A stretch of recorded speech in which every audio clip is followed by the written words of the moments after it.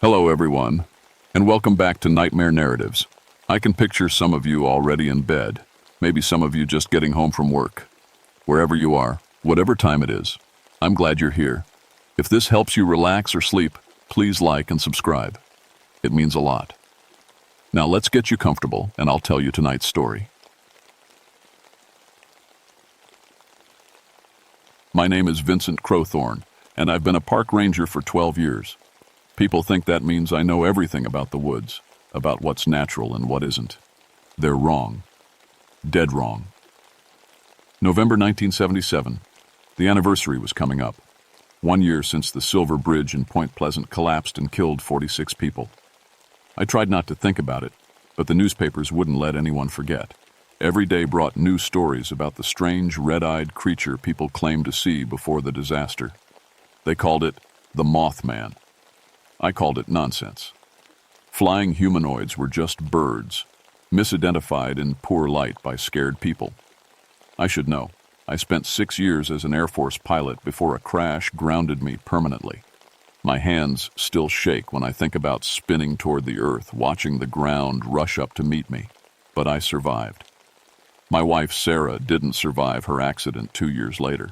Car versus semi-truck on a rainy night. The truck driver walked away without a scratch. That's when the insomnia started. That's when I began seeing her in my dreams, asking why I got to live when she had to die. My station sits near Seneca Rocks in the Monongahela National Forest. 900 feet of sandstone rising straight up from the valley like God's own tombstone. Beautiful during the day. At night, those rock faces look like they're watching you. The old Cherokee used to come here for vision quests. Sometimes I wonder what they saw up there in the darkness. I was sitting at my desk that Tuesday morning, sorting through the usual pile of reports. Hikers with twisted ankles, campers who forgot to put out their fires, rock climbers who bit off more than they could chew. The radio crackled with routine chatter from other stations. Normal stuff, boring stuff. Then the call came in. Ranger Station 7, this is Aviation Control. We've got a militar. I transport down in your sector. Emergency crews are en route.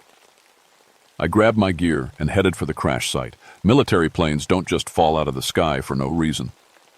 As I drove the winding forest road, I noticed something strange.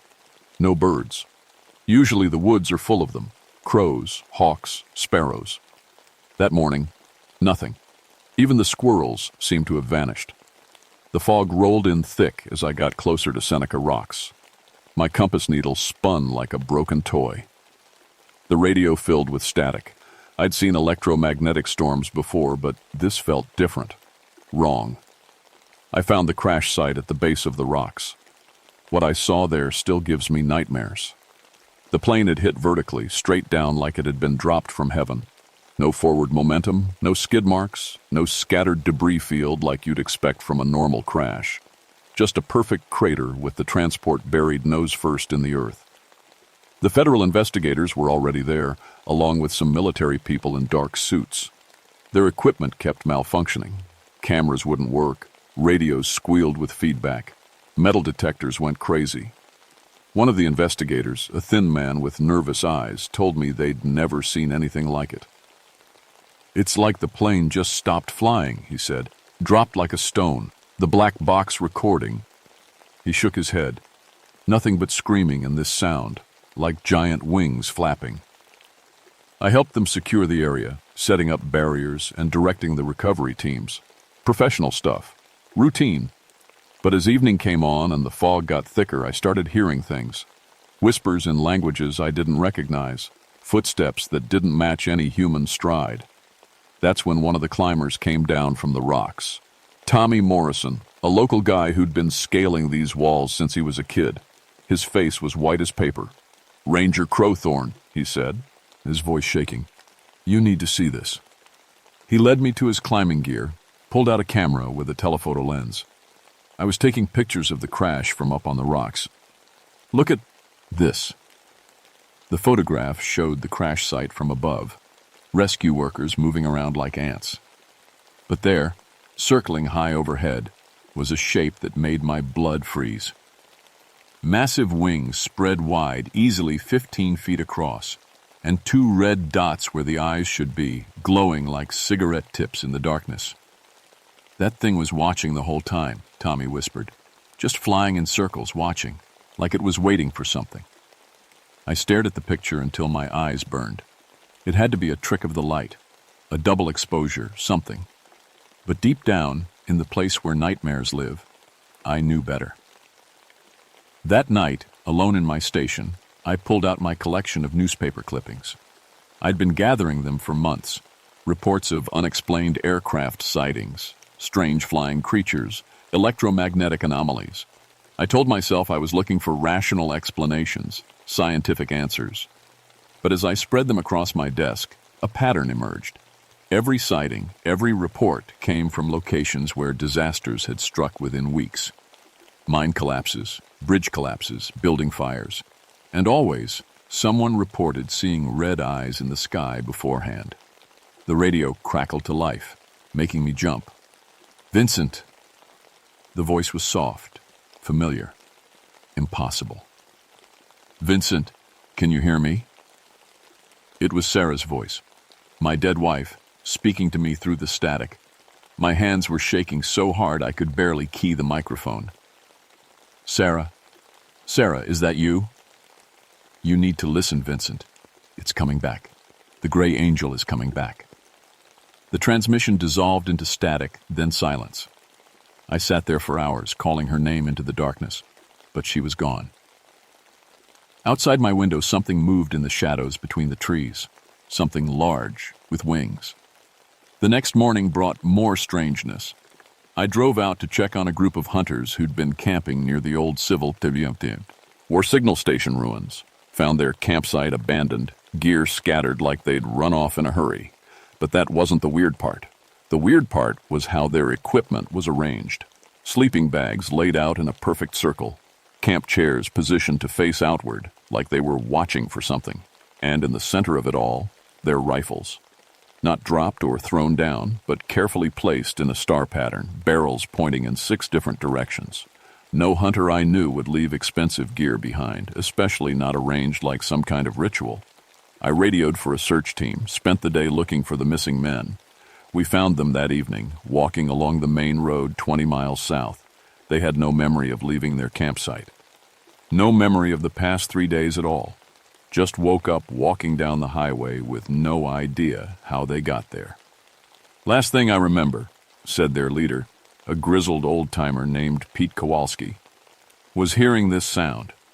Like helicopter blades, but wrong somehow. Slower, heavier." He rubbed his temples like his head hurt. Then nothing until we were walking on the road. I drove them back to get their gear. The campsite looked normal now. Just abandoned equipment scattered around like you'd expect. But I knew what I'd seen earlier. Someone or something had arranged those items with purpose. That night, the radio came alive again. "Vincent," Sarah's voice, clearer this time. "Grid reference 38.8347, 79.3711. 2 days." I grabbed my maps, plotted the coordinates. A section of forest about 10 miles north, near the Summersville Dam. Nothing special about it, just trees and hiking trails. "Sarah, what's at those coordinates? What happens in 2 days?" "You have to warn them, Vincent. Like I tried to warn them. Like I tried to warn you." The static swallowed her words, but I heard enough. "Warn who?" "Warn them about we, hat." I couldn't sleep that night. Every time I closed my eyes, I saw that photograph Tommy had taken. Those red eyes, watching, waiting. Around 3 in the morning, I gave up and drove out. To the coordinates Sarah had given me. The fog was thick again, my headlights barely cutting through it. The radio played nothing but white noise. I parked at the trailhead and hiked into the woods with my flashlight. The beam seemed weak, swallowed up by the darkness. No sounds except my footsteps on the dead leaves. No insects, no night birds. Even the wind had stopped. Then I found it. A perfect circle of dead trees, maybe 50 feet across. Not burned, not cut down, just dead. Their bark was gray and cracked, branches brittle as old bones. And in the center of the circle, The grass had been scorched in a pattern I recognized from my Air Force days. Landing marks. But no aircraft I knew could land in a space that small. My Geiger counter started clicking. I'd brought it as a joke, figuring maybe the military transport had been carrying something radioactive. But as I approached the dead circle, the clicks got faster. At the edge of the pattern, the needle pegged out completely. Something had landed here recently. Something that left radiation behind. I was backing away from the circle when I heard it. The sound Pete Kowalski had described. Like helicopter blades, but wrong. Slow and heavy, with a wet quality that made my skin crawl. The sound was coming from above. I looked up, and there it was. 15 feet of wingspan, easy. Gray-black fur covering a body too large for any bird that ever lived. Long, powerful arms ending in claws that could rip a man in half. And the eyes. Red as brake lights, intelligent as a human's, staring down at me with something that might have been curiosity. Or hunger.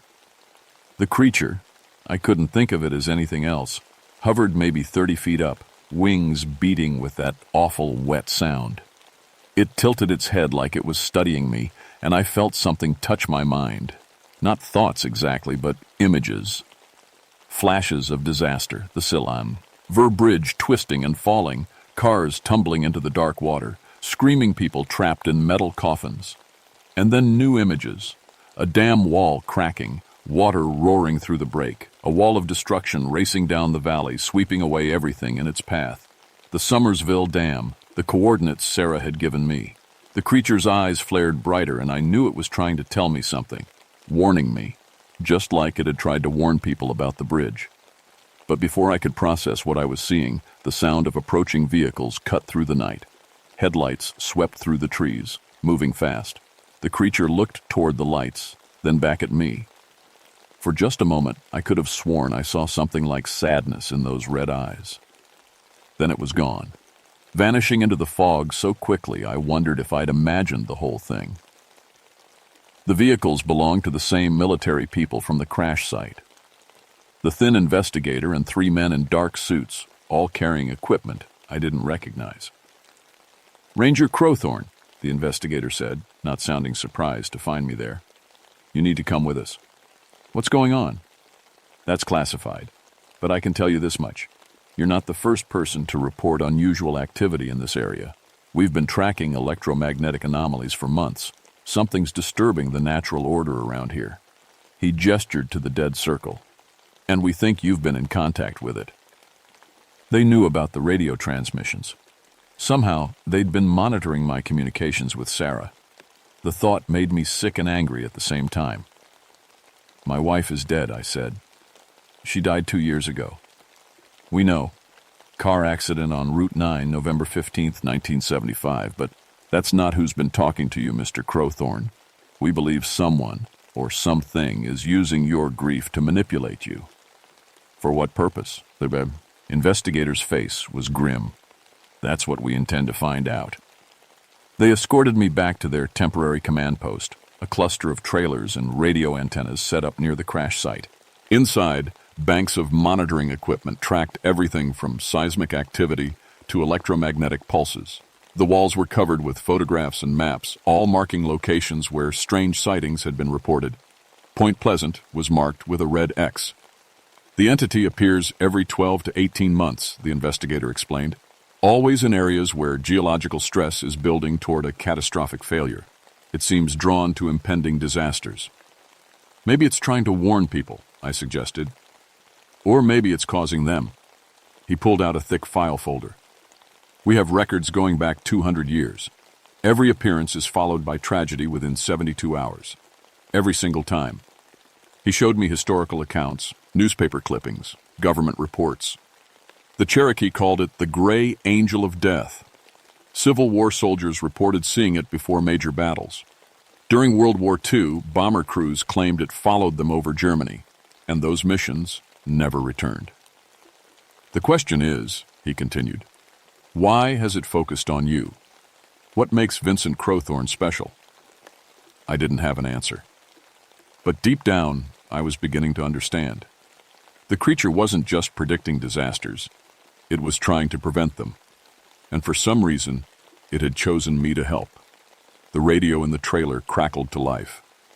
"Vincent," Sarah's voice, but distorted now, layered with harmonics that hurt to hear. 36 hours. The water is coming. You have to make them listen." The investigators scrambled to trace the signal, but I already knew they wouldn't find its source. Sarah wasn't broadcasting from anywhere in this world. "What water?" I asked the radio. "Sarah, what water?" "The dam, Vincent. It's going to break. 8,000 people in the valley below. You have to warn them." The lead investigator grabbed my arm. "Don't answer it. That thing is feeding off your emotional connection to your wife's memory." But I pulled away from him, keyed the microphone. "How do I warn them? Nobody will believe me." "The same way I tried to warn them about my accident. The same way I tried to warn you. But you have to choose, Vincent. You have to choose to believe." The transmission ended in a burst of static. On the monitoring equipment, every needle swung to maximum and stayed there. Outside, something roared. Not the sound of wings this time, but raw animal fury. The creature had found us. The roar shattered every piece of electronic equipment in the trailer. Monitors exploded in showers of sparks, radio sets filled with smoke. The investigators dove for cover as the lights went out, plunging us into darkness. Through the trailer's small window, I saw it clearly for the first time. The creature perched on top of a communications tower, wings spread wide against the storm clouds. It was even larger than I'd thought, easily 8 feet tall with muscles that rippled under gray fur. Its head moved with predatory grace, scanning the compound below with those burning red eyes. When it looked at me through the window, I felt that mental touch again. Stronger this time, more insistent. Images flooded my mind. The Summersville Dam, massive concrete walls holding back millions of gallons of water, stress fractures spreading like spider webs through the structure, and a countdown. 34 hours, 33 hours, 32 hours. The creature was showing me exactly when the dam would fail. "Jesus Christ," whispered one of the investigators. "Look at the size of that thing." The lead investigator was on his backup radio, calling for military support. "This is Control 7. We need immediate air support. Repeat, immediate air support." But the creature's electromagnetic field was interfering with everything. His radio produced nothing but static. "You're wasting your time," I told him. "It doesn't want to fight us. It's trying to save lives. That thing is responsible for dozens of deaths, maybe hundreds." "No," I said, understanding finally dawning. "It appears before disasters because it can sense them coming. It's been trying to warn people for centuries, but nobody listens." The creature tilted its head at my words, and I felt a wave of something like gratitude wash over me. For the first time in 200 years, someone understood. Then it spread its wings and launched itself into the storm, disappearing into the darkness. The investigators spent the next hour getting their equipment working again. When they finally re-established communications, the news was grim. A team of engineers had been sent to inspect the Summersville Dam following my anonymous tip about structural problems. They'd found hairline fractures throughout the main wall. "The dam is scheduled for emergency inspection tomorrow morning," the lead investigator told me. "If there really are serious structural issues, they'll begin controlled releases to reduce pressure." "What if they don't find the worst damage in time?" I asked. "Then we evacuate the valley. But that's 8,000 people, Mr. Crowthorne. You can't move that many people without solid evidence." I thought about Sarah, about the night she died. She'd been driving to the county emergency center trying to get someone to listen to her concerns about a bridge inspection report. The Silver Bridge. She'd found discrepancies in the safety reports, evidence that crucial repairs had been delayed for budget reasons. Nobody had believed her. They'd dismissed her as a hysterical housewife who didn't understand engineering. The bridge collapsed 3 weeks later. "She tried to warn them," I whispered. "Sarah tried to warn them about Point Pleasant." The investigator's face went pale. "What did you say?" "My wife. She wasn't just driving randomly that night. She was trying to get someone to listen about the bridge safety reports. That's why she died. Because she knew the bridge was going to fail." "That's impossible." Our investigation showed the Silver Bridge collapse was caused by a single faulty eye-bar, a random failure. Check the records. Check Sarah Crowthorne's employment history. She worked for the State Highway Department, Bridge Inspection Division. While they made their calls, I slipped out of the trailer and walked into the woods. The storm was getting worse, wind howling through the trees like the voices of the dead. Lightning revealed the creature's silhouette circling overhead, keeping pace with me as I walked. I found a clearing and looked up at those red eyes. "Sarah's not really talking to me through the radio, is she?" I called out. "You're using her voice, her memory, because you know I'll listen to her." The creature landed gracefully in front of me, folding its enormous wings. Up close, I could see the intelligence in its eyes, ancient and sad. It had been trying to save people for so long, watching them ignore warning after warning, dying in disasters that could have been prevented. It touched my mind again, and this time I didn't resist. Images flowed between us. The dam failing in 31 hours, water rushing down the valley at 60 miles per hour, entire towns swept away in minutes. But also another image, emergency broadcasts starting immediately, evacuation routes opening, people fleeing to higher ground in time. If someone would just listen, if someone would just believe. "I believe you," I said, "but I need proof, something the authorities can't ignore." The creature studied me for a long moment, then reached into a pouch at its side. It pulled out something that made my breath catch. Sarah's wedding ring, the one that had been cut from her finger at the morgue. "How do you have that?" More images. Sarah's accident, but from a different perspective. The creature had been there tonight, watching from above as she raced toward town with her evidence about the bridge. It had tried to warn her about the drunk driver running the red light, but she couldn't hear its mental voice over her determination to save lives. The creature had stayed with her as she died, had taken the ring as a promise that her sacrifice wouldn't be forgotten. Every appearance since then had been an attempt to fulfill that promise, to make sure people listened to the warnings. "Show them," I said. "Show the investigators what you showed me." The creature shook its head, a remarkably human gesture. It couldn't communicate with them the way it did with me. My grief, my connection to Sarah, made me sensitive to its mental touch. Most people's minds were closed to it. That's why it needed me. I walked back to the compound, the wedding ring clutched in my fist. The investigators were waiting with grim faces. "Your wife did work for the highway department," the lead man admitted. "And she did file a report about structural concerns with the Silver Bridge. The report was buried in bureaucratic red tape." "Just like any report about the dam will be," I said, "unless we make them listen." I held out Sarah's ring. "This was buried with my wife 2 years ago. Ask me how I got it back." Before they could answer, every radio in the compound crackled to life simultaneously. But it wasn't Sarah's voice this time. It was a chorus of voices, hundreds of them. All the people who had died in disasters the creature had tried to prevent. "The water is coming," they said in unison. 29 hours, 8,000 lives. Make them listen." The voices faded, leaving us in stunned silence. "Gentlemen," I said, "I think it's time to make some calls." 28 hours until the dam failed. The investigators finally believed me, but belief and action are two different things. The military wanted to capture the creature for study. The engineers wanted more time to assess the dam's condition. The politicians wanted to avoid panic. Meanwhile, 8,000 people went about their normal lives in the valley below, completely unaware that a wall of water was racing toward them through time. I'd been awake for 36 hours straight, surviving on coffee and desperation.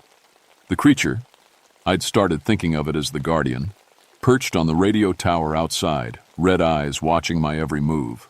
Occasionally it would touch my mind with updated countdown images. 27 hours, 26 hours. Time was running out. The inspection team found significant structural damage, the lead investigator reported. But they estimate it would take at least a week for critical failure to occur.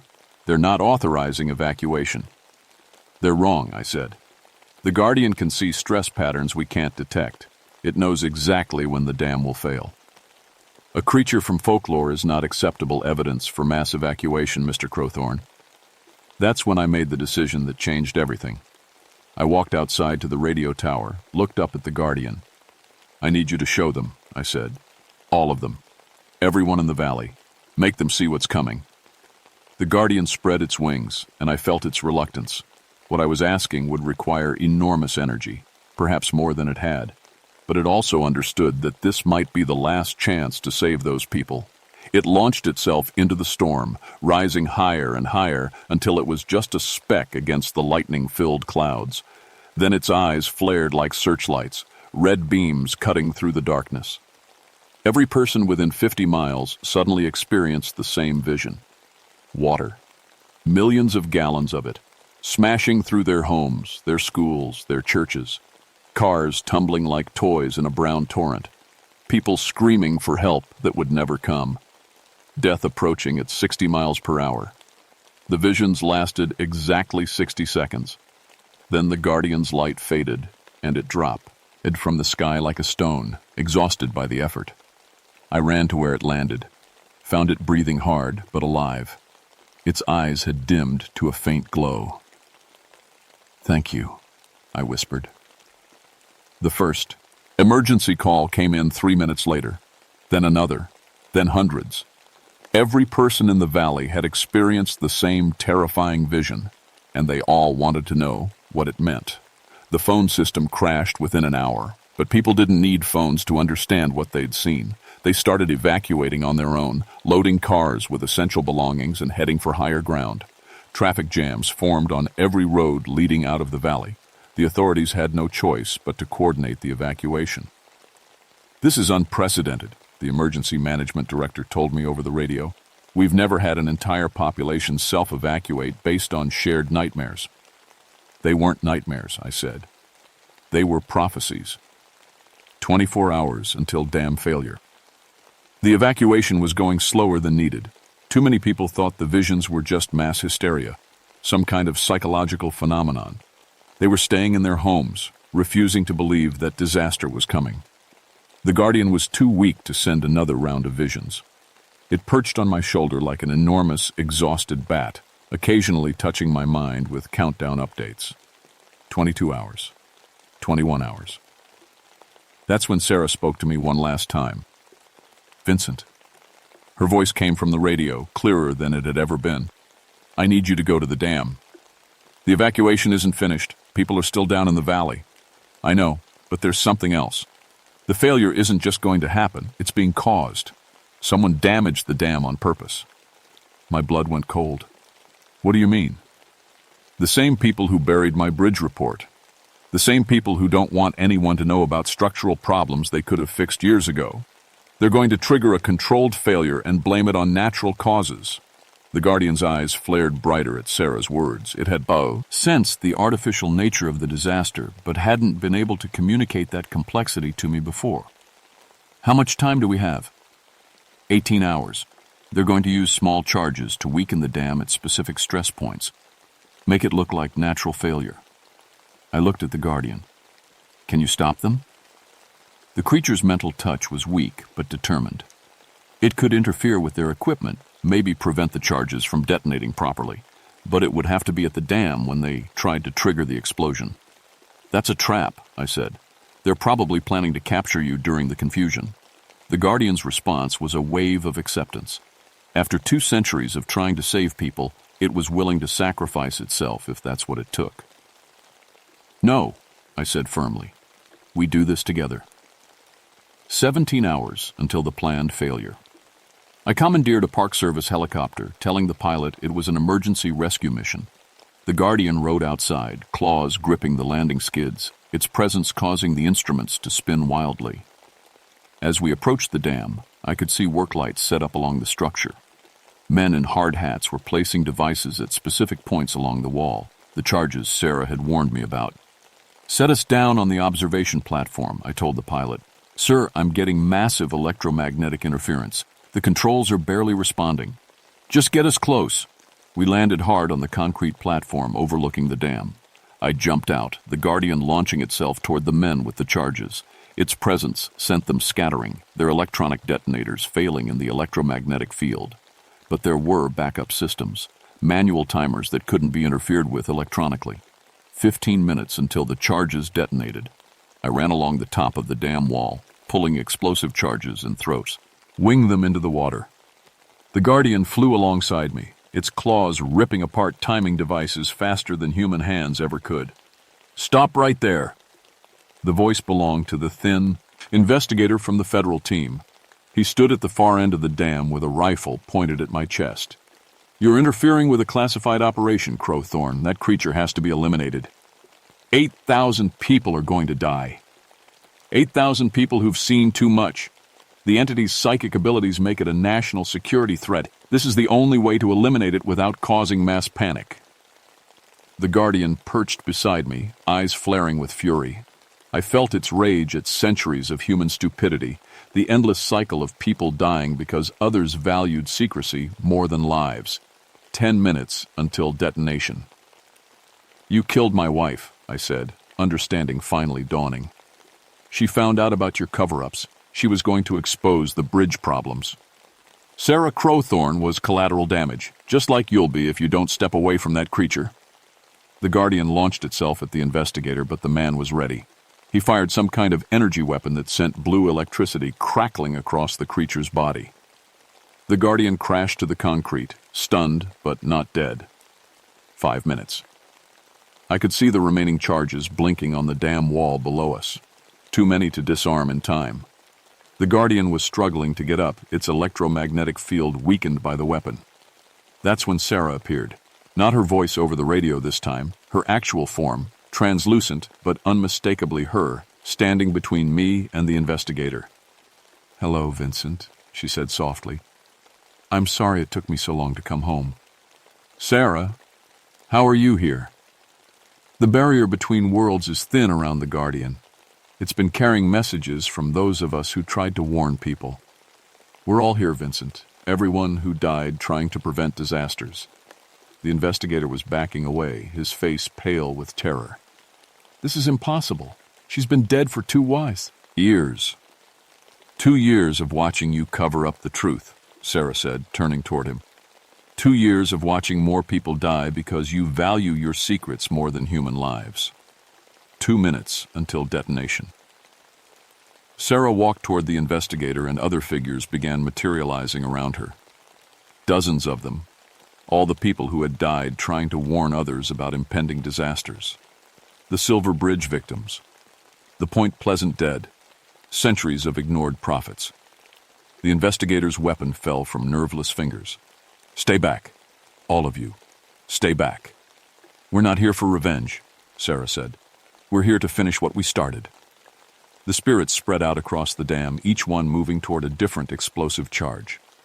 As they touched the devices, the charges simply dissolved, their destructive potential neutralized by forces beyond human understanding. With 30 seconds to spare, the last explosive was eliminated. The Guardian rose to its feet, eyes blazing with renewed strength. The spirits of the dead had given it their energy, their final gift to the living. "It's over," I told the investigator. "The people are safe." But he was already gone, fled into the night rather than face the truth of what he'd seen.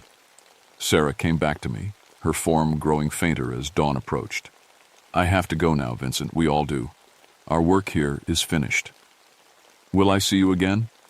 Every time you look at the sky and see red eyes watching over people, you'll know we're there. All of us, working with the Guardian to prevent the disasters we can, and warning about the ones we can't." She reached out to touch my face, and for just a moment, I felt her hand warm against my cheek. "Live, Vincent. Live the life I couldn't finish." Then she was gone, along with all the others. The Guardian spread its wings and looked at me one last time. Its mental touch was gentle now, filled with gratitude and something like friendship. Then it took to the sky, circling once before disappearing into the dawn light. The official report blamed the near disaster on unprecedented seismic activity that weakened the dam structure. The successful evacuation was attributed to early warning systems and excellent emergency management coordination. The shared visions experienced by 8,000 people were dismissed as Mass hysteria triggered by atmospheric pressure changes. No mention of the Guardian, no mention of the spirits, no mention of the sabotage attempt. I resigned from the Park Service the following week. They offered me a promotion instead. Chief Ranger for the entire region, with a substantial raise and my pick of assignments. I turned it down. Some things are more important than career advancement. I moved to a small cabin outside Asheville, North Carolina, and set up my own consulting business. Disaster Early Warning Systems. That's what it says on my business cards. I help small towns and rural communities recognize the signs of impending natural disasters. Geological surveys, structural inspections, emergency preparedness planning. Most of my clients think I'm just very good at reading scientific data and weather patterns. They don't need to know about the other source of my information. The Guardian visits me every few months, usually just after midnight when the rest of the world is asleep. It perches on my porch railing and shares images of trouble spots around the country. Bridges showing stress fractures, dams with hidden weaknesses, mountainsides ready to slide. I pass along what I can through official channels, framing my warnings in terms of engineering analysis and risk assessment. Sometimes they listen, sometimes they don't. But more people listen now than before. The Guardian's mass vision at Summersville changed something fundamental. People are more willing to believe in warning signs, more ready to evacuate when authorities recommend it. We've prevented 6 major disasters in the past year alone. Sarah Doe doesn't speak to me through the radio anymore. I think that was always the Guardian using her voice to get my attention, knowing I'd listen to her when I wouldn't listen to anyone else. But sometimes, when I'm sitting on my porch watching the sunset, I feel her presence beside me. Peaceful now, content. Her work is finished. My work is just beginning. Last week, the Guardian showed me troubling images from a town in Oklahoma. Tornado patterns forming in ways that don't match normal weather models. Underground gas pockets shifting after recent fracking operations. A combination that could create a disaster unlike anything in recorded history. I'm flying out there tomorrow to begin preliminary surveys. People ask me sometimes why I do this work, why I spend my time chasing theoretical disasters that might never happen. I tell them it's about being prepared, about taking responsibility for our communities. But the real reason is simpler than that. I've seen what happens when we don't listen to warnings. I've watched good people die because others valued convenience over caution, profit over prophecy. The Guardian has been trying to save us for centuries. The least I can do is help it succeed.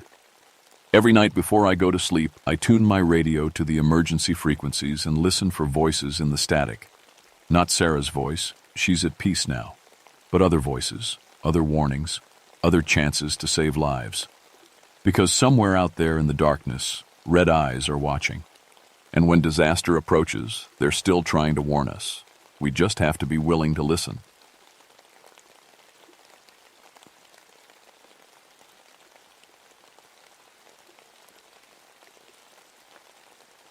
My name is Gabriel Strongbear, and I've been a forest ranger for 20 years. I should have retired last month when I turned 48, but something kept me on Pine Mountain. Maybe it was my grandmother's voice in my head warning me about things that shouldn't be disturbed. Maybe it was just stubborn Cherokee pride. Either way, I wish I'd listened to that voice sooner. Pine Mountain runs along the Kentucky-Virginia border, like the spine of some sleeping giant.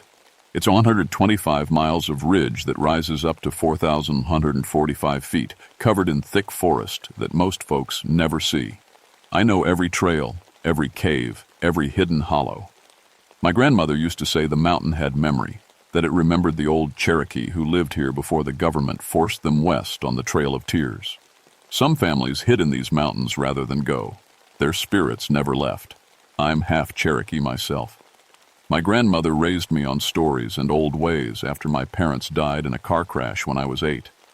She taught me the language, the songs, the medicines that grow wild up here. She also taught me about things that should stay buried. Some knowledge is dangerous, Gabriel, she'd say while weaving sweetgrass into protection bundles. The old shamans knew this. They locked certain powers away for good reason. I thought those were just stories until October 1979. It started when Dr. Sarah Mitchell arrived from the university with her archaeology team. They had permits to dig near Raven Cave, one of 7 sacred Cherokee sites my people sealed long ago. The tribal council had fought the permits for months, but the university lawyers won. Dr. Mitchell didn't care about our protests. She called our concerns primitive superstition and said her work would advance human knowledge. The first morning they arrived, I drove up to their camp to introduce myself. Standard procedure. I needed Taz. Oh no, who was working in my forest and what they were doing. Their camp sat in a clearing about half a mile from the cave entrance. 5 big green tents, generator humming, equipment everywhere. Dr. Mitchell was a tall woman with gray hair pulled back tight. She wore expensive hiking boots that had never seen real mud and a Cherokee bear claw necklace she'd probably bought at a tourist shop. When I explained I was the cultural liaison ranger and would be monitoring their work, she barely looked up from her charts. "We're very busy, Ranger," she said. "We have a limited window before winter sets in." "I understand that," I replied. "But this is sacred ground to my people. There are protocols." "Your people lost claim to this land over a century ago," she cut me off. "This is federal property now, and we have every right to conduct legitimate research." Her assistant, Jenny Carlisle, at least had the decency to look embarrassed. She was young, maybe 25, with kind eyes and dirty blonde hair. "We appreciate your concern," she told me quietly while Dr. Mitchell wasn't listening.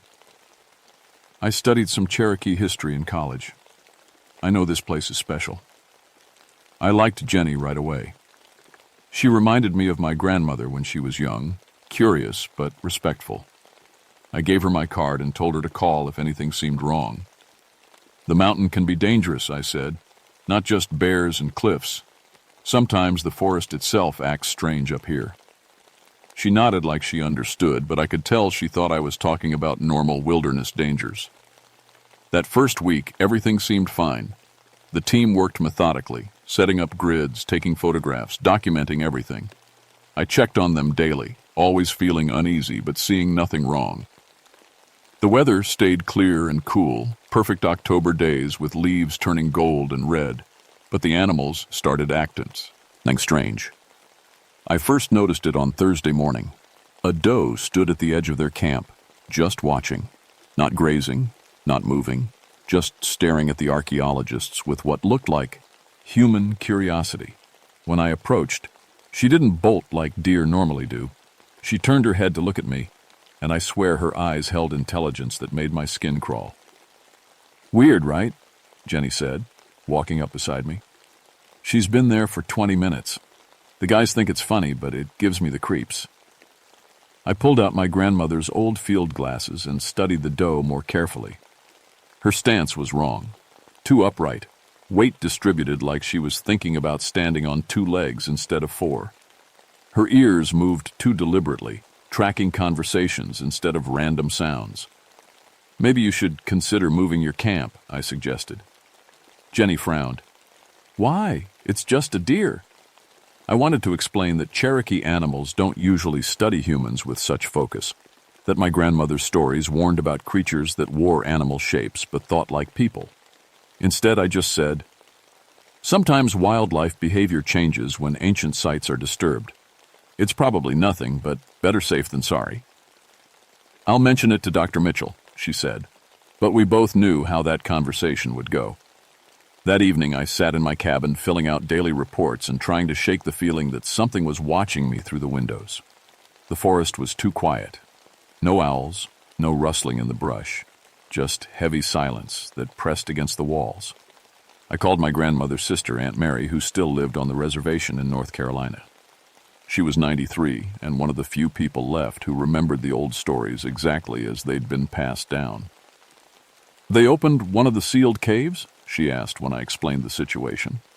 "Not opened yet," I said, "but they're planning to excavate inside starting Monday." The phone went silent for so long I thought we'd been disconnected. Finally, Aunt Mary spoke in Cherokee, words I hadn't heard since it's my grandmother's funeral. Then she switched back to English. "Gabriel, you need to stop them. The 7 caves were sealed by the last medicine men before they died. What's inside was meant to stay buried." "What kind of things, Aunt Mary?"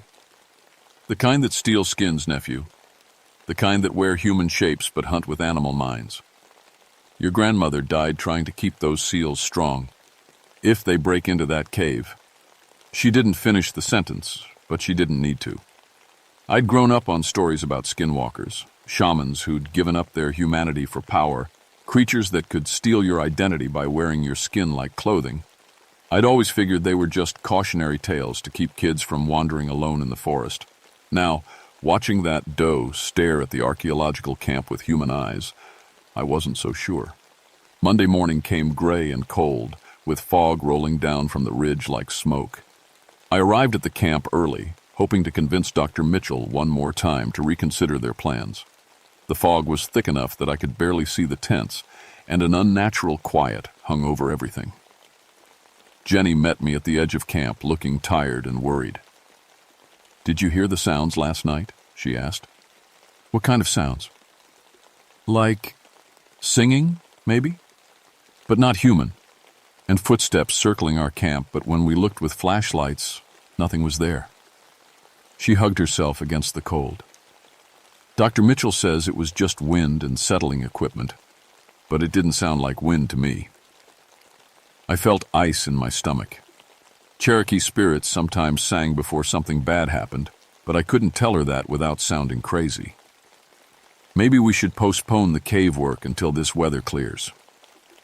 That's what I suggested, but Dr. Mitchell is determined to stay on schedule. She's already inside with Tom and Dave, setting up lights, the cave entrance. It was a dark slash in the limestone cliff about 30 feet up from the valley floor. The team had built a wooden platform and ladder system to reach it safely. I could see lights flickering, inside like fireflies. "Jenny," I said carefully, "has anyone on your team been having strange dreams?" She looked startled. "How did you know? I've been having the weirdest nightmares since we got here. Dreams about running through the forest on 4 legs, hunting something. I wake up exhausted, like I've been running all night." She paused. "Why? Is that normal for this area?" Before I could answer, screaming erupted from inside the cave. We both ran for the ladder. I went up first, my ranger training kicking in. The screaming came from Tom Henderson, the team photographer. I found him on his knees just inside the cave entrance, shaking and pointing deeper into the darkness. "It moved," he kept saying. "The bundle moved by itself." Dr. Mitchell stood over a stone platform where several leather bundles lay arranged in a circle. They looked ancient, bound with sinew and decorated with faded symbols I recognized from my grandmother's stories. Protection symbols, warning symbols. "Tom had a panic attack," Dr. Mitchell said dismissively. "The lights created shadows that made objects appear to move, perfectly normal in close quarters. But Tom was pointing at one specific bundle, and I could see that the leather bindings were fresh cut, not rotted with age. Someone, or something, had recently opened it and tied it back up. "We should leave these alone," I said firmly. "These are sacred burial bundles. Disturbing them violates federal laws protecting Native American remains." "These aren't remains," Dr. Mitchell snapped. "They're cultural artifacts, and they belong in a museum where people can study them properly." She reached for the bundle Tom had been photographing. The moment her fingers touched the leather, the temperature in the cave dropped 20 degrees. Our breath came out in visible puffs, and the electric lights flickered. "Don't touch that!" I lunged forward. But it was too late. The bundle fell open, spilling out what looked like animal skins. Bear, wolf, deer, others I couldn't identify. But these skins were wrong somehow. They moved slightly in the still air, and when light hit them right, I could see they had human handprints pressed into the fur from the inside. Dr. Mitchell picked up what looked like a bear pelt. "Fascinating preservation," she murmured. "The organic materials should have decomposed centuries ago." The moment she lifted the skin, something howled outside the cave. Not a wolf howl. Something trying to sound like a wolf, but getting it wrong, like a person who'd never heard one trying to imitate the sound. "We need to leave. Now." I was already backing toward the cave entrance. "Don't be ridiculous," Dr. Mitchell said, but her voice shook slightly. "It's just wildlife responding to our presence." The howl came again, closer this time, and was answered by 3 others from different directions. They were surrounding the cave. Tom scrambled to his feet and started grabbing his camera equipment. I'm done. I'm not staying up here another minute. You're all being irrational, Dr. Mitchell protested, but she was rewrapping the bundle with nervous fingers. We climbed down from the cave as fast as we could. The fog had gotten thicker, and shapes moved through it that might have been trees or might have been something else. As we reached the bottom, Dave Martinez, the team's anthropologist, came running from the direction of their camp. "Something's wrong with Jenny," he shouted. "She's acting really strange." We found Jenny standing in the middle of camp, perfectly still, staring up at the cave entrance. When Dave called her name, she turned to look at us, and my blood went cold. Her eyes had changed color from brown to pale yellow, and when she smiled, her teeth looked different, sharper, more like animals. "The bundles are awake now," she said in a voice that didn't quite sound like hers. "They've been waiting so long to wear skin again." Then she ran, not jogging, not stumbling. She ran on all fours into the forest, faster than any human should be able to move. We could hear her crashing through the underbrush, heading up toward the ridge. "What the hell just happened?" Tom's voice was barely a whisper. I knew exactly what had happened, but saying it out loud would make it real. Instead, I grabbed my radio and called for backup. "This is Ranger Strongbear requesting immediate assistance at Raven Cave Archaeological Site. We have a missing person acting erratically, possibly dangerous." While I made the call, Dr. Mitchell stood staring at the bundle in her hands. The leather had started to warm up, like something alive was moving inside it. "We should have listened to you," she said quietly. 3 hours later, we found Jenny's clothes scattered along the trail leading up to Pine Mountain. They were turned inside out and covered with animal fur that seemed to have grown right through the fabric.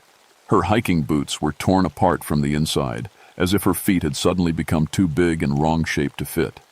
We never found Jenny herself.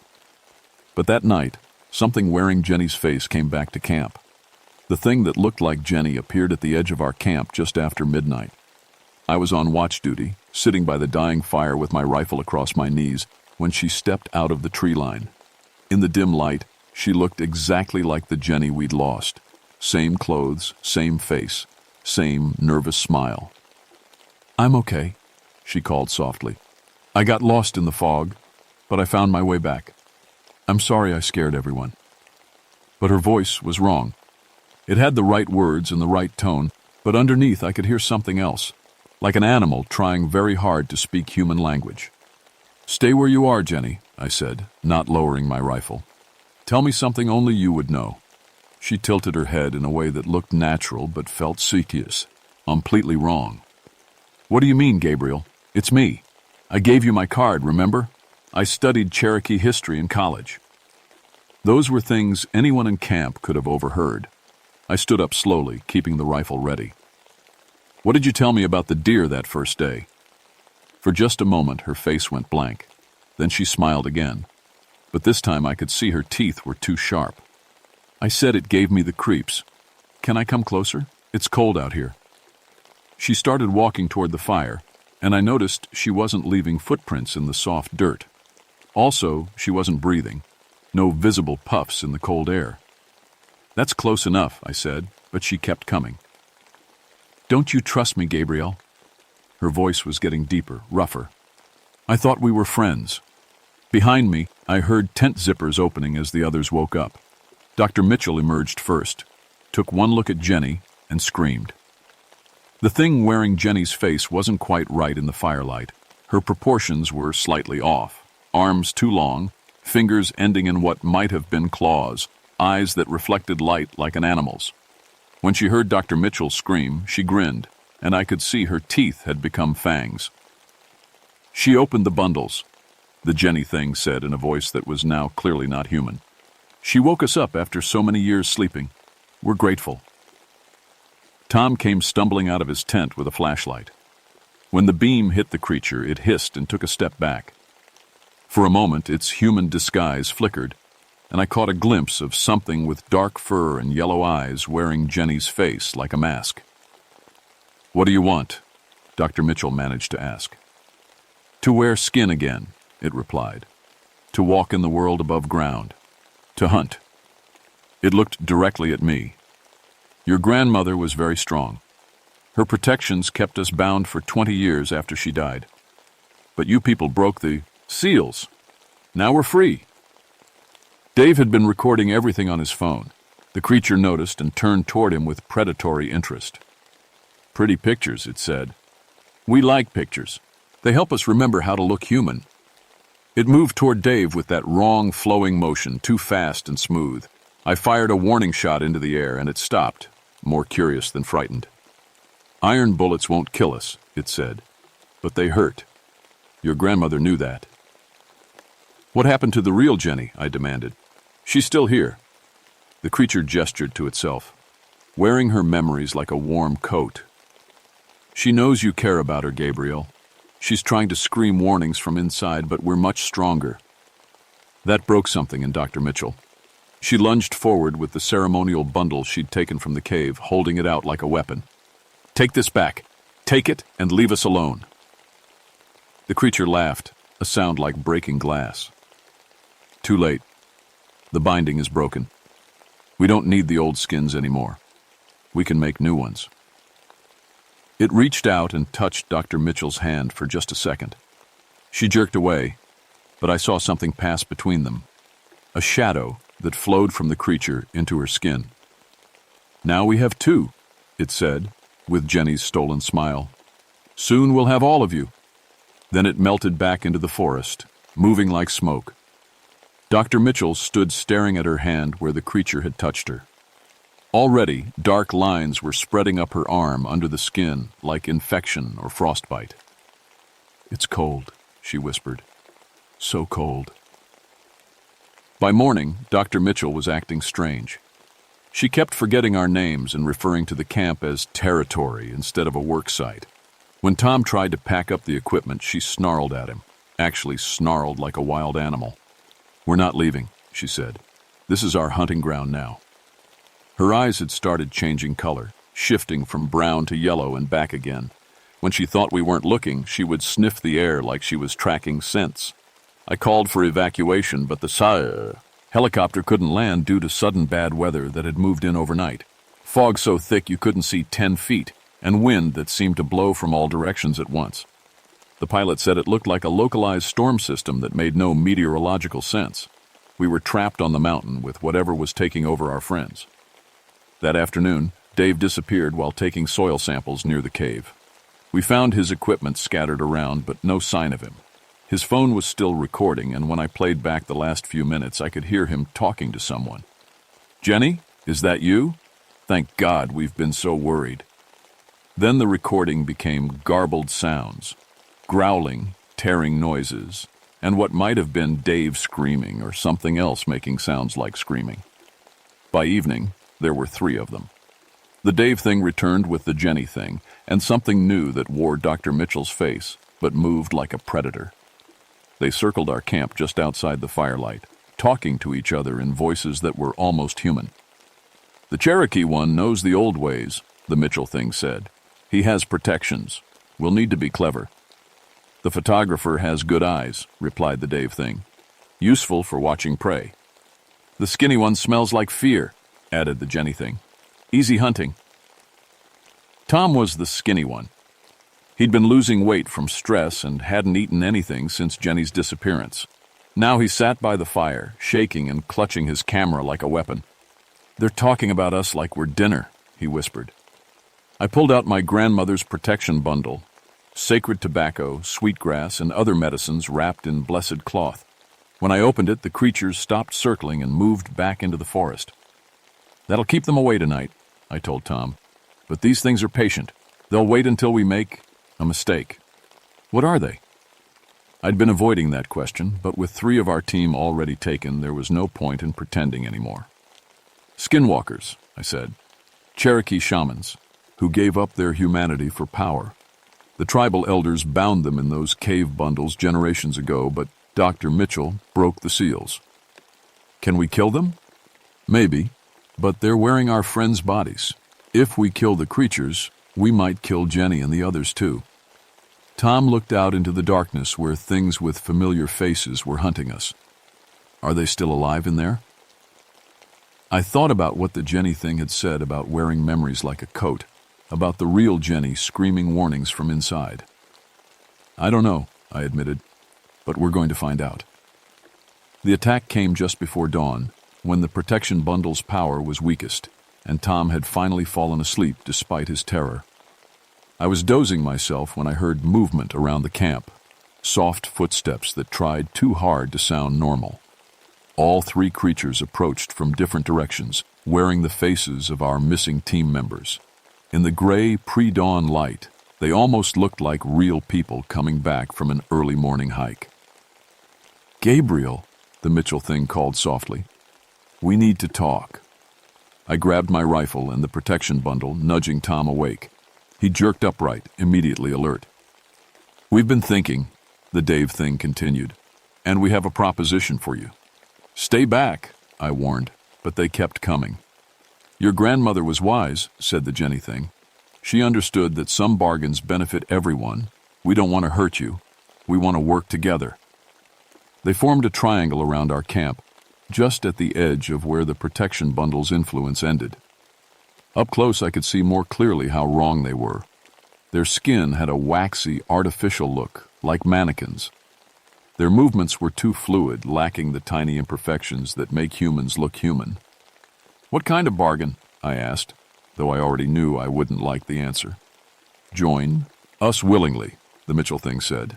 "Let us share your skin, and we'll let you keep your minds. You'll still be yourselves, just enhanced, stronger, faster, better at surviving in the wild." "And our friends?" "They're still here," the Jenny thing replied, "sleeping peacefully while we handle the dangerous work of staying alive.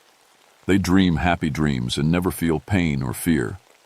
"That's not living," Tom said. "That's being a prisoner in your own body." The creatures exchanged glances, and I realized they were communicating somehow without words. When they looked back at us, their false human expressions had hardened. "Then you've made your choice," the Dave thing said. They attacked simultaneously. The Jenny thing moved like liquid shadow, flowing around our fire faster than I could track. I fired twice, hitting its center mass, but the bullets passed through like it was made of smoke. It reformed behind me and raked claws across my back, tearing through my jacket. Tom swung his camera tripod like a club, catching the Mitchell thing across the face. The blow should have broken bones, but instead the creature's head snapped around 180 degrees, grinned at us upside down, then rotated back to normal. "Iron hurts us," it said mockingly, "but you're using lead bullets." The Dave thing grabbed Tom by the throat and lifted him off the ground with one hand. Tom's feet kicked uselessly as the creature studied his face with clinical interest. "Pretty eyes," it murmured. "We'll take good care of them." I opened my grandmother's protection bundle completely, scattering sacred tobacco and burning sweetgrass. The creatures shrieked and fell back, their false human shapes flickering like bad television reception. For a moment I could see them as they really were, things made of shadow and hunger, wearing stolen skins like clothing. The skins were imperfect, like costumes. That didn't quite fit. Jenny's face was too tight around something with a wolf's skull. Mitchell's body contained something with too many joints. Dave's skin bulged and shifted as whatever was inside tried to find a comfortable position. "You can't keep us away forever," the thing in Jenny's skin snarled. "The protections will fade, and you'll get tired, and then we'll wear you like we wear them." But the sacred smoke had revealed something else. Thin silver cords that connected each stolen skin to something deeper in the forest. The real Jenny, Dave, and Mitchell were still alive somewhere, tethered to their bodies like balloon strings. "Where are they?" I demanded. "Where are you keeping our people?" "Close enough to feel everything we do with their bodies," the Dave thing laughed. "Far enough away that you'll never find them." The cords stretched back toward Pine Mountain, toward the 7 sacred caves. I understood suddenly what had happened. The creatures weren't just wearing our friends' appearances. They had dragged their souls back to the cave system and were keeping them imprisoned while they used their bodies. "The 7th cave, I'm bound," I said.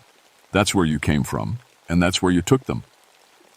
The creatures' expressions changed, becoming genuinely surprised. The Mitchell thing tilted its head like a curious animal. Clever, it admitted. Your grandmother's blood is strong in you. Yes, we keep the original skins in the deep places, safe and dreaming. But knowing doesn't help you. You can't reach them without becoming one of us. It was a challenge and a threat, but also information. If I could get to the seventh cave, I might be able to free the real Jenny, Dave, and Mitchell. But I'd have to get past 3 creatures that could become smoke, survive whatever other guardians they had, and somehow perform a ritual I only half remembered from childhood stories. The protection bundle was burning low. Soon its power would fade, and the creatures would attack again. I had maybe one chance to make it to the cave system alive. Tom, I said cues. Eatley, when I give the signal, run for the ATV. Drive down the mountain and get help. I'm not leaving you here alone. You're not a fighter, and I can't protect both of us.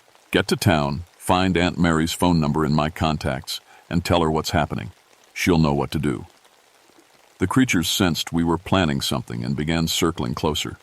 The sweetgrass smoke was almost gone. I pulled the last item from my grandmother's bundle, a small knife with an iron blade, blessed with old Cherokee words and stained with the blood of medicine men from generations past. The moment I touched it, the creatures flinched. Iron, the Jenny thing hissed. Old iron, blessed iron, that will cut us. Good, I said, and charged. The sacred knife sliced through the Dave thing like it was made of fog. The creature shrieked and dissolved, its stolen form collapsing into shadow. For just a moment, I heard Dave's real voice screaming from somewhere far away. Then nothing. The other 2 creatures flanked me, more cautious now. Behind them, I could hear Tom starting the ATV. One cut and your friend is gone forever, the Mitchell thing warned. Is saving yourself worth murdering him? But I'd heard Dave scream when the creature dissolved. He was still alive somewhere, just disconnected.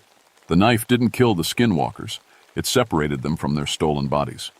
Run, Tom! I shouted. The ATV roared to life. The Jenny thing spun toward the sound, and I threw the iron knife with all my strength. It caught the creature in the back, and Jenny's stolen form crumpled to the ground like an empty costume. Tom's ATV disappeared down the mountain trail, leaving me alone with the last creature. Now it's just you and me, the Mitchell thing said, but its voice shook. One old man with no weapons against something that has hunted these mountains for centuries. It was raw. Right about the weapons, but wrong about everything else. I wasn't just some old man. I was Cherokee, raised on stories of spirits and monsters, trained by a grandmother who had spent her life keeping these things contained. And I had something the creature didn't understand. I had nothing left to lose. The climb up to the 7th cave took 3 hours, with the Mitchell thing stalking me the entire way. It could have attacked at any time, but I think it was curious about what I planned to do. These creatures had been trapped for generations.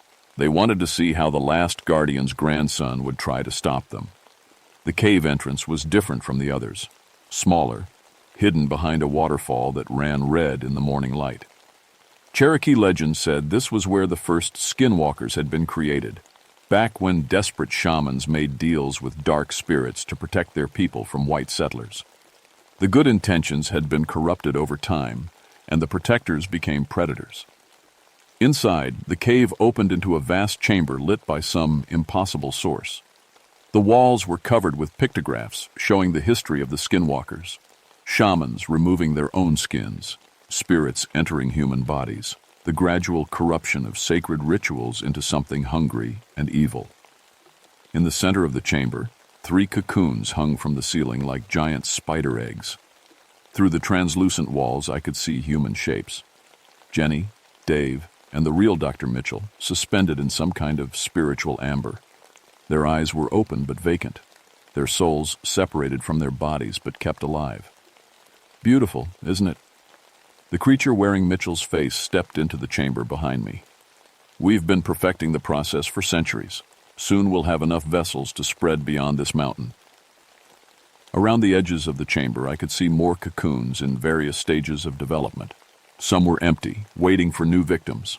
Others contained shapes that might once have been human, but were now something else entirely. This is where it ends, I said. Yes, the creature agreed. For you. But I wasn't talking to it.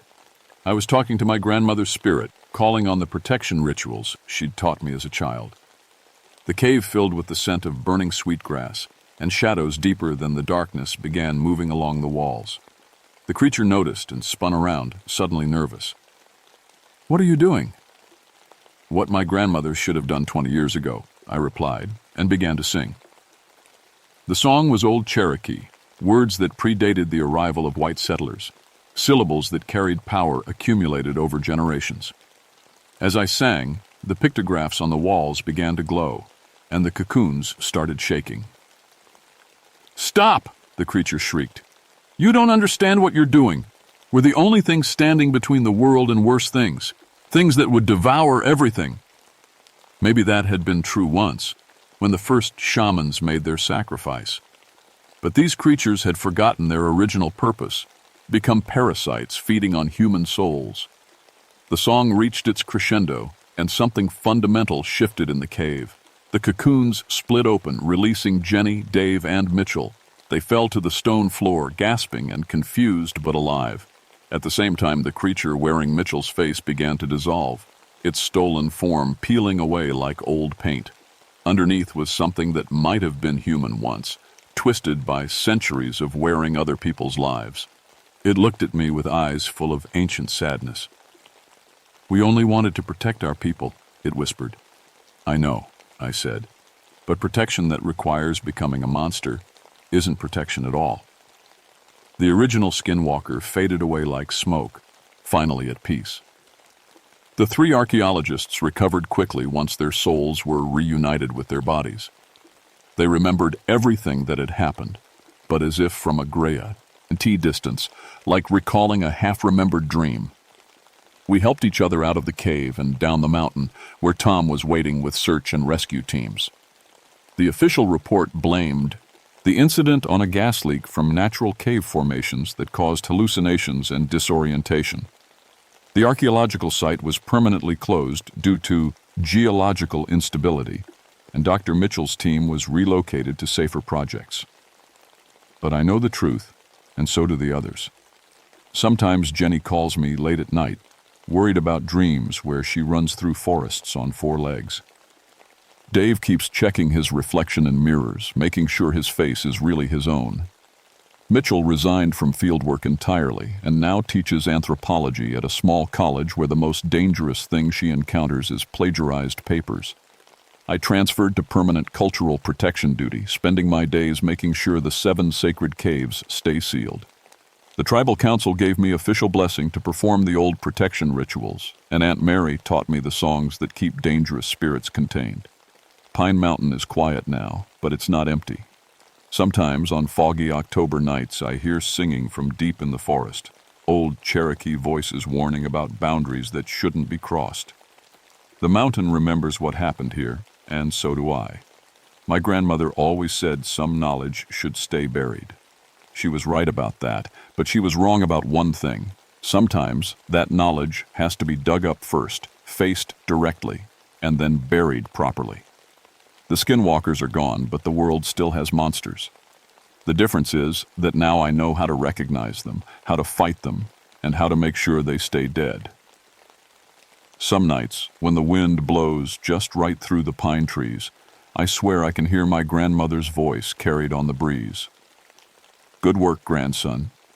But stay vigilant. The mountain has a long memory, and not all the old stories are finished yet." I always answer the same way. "Yes, grandmother, I'm watching." And I am.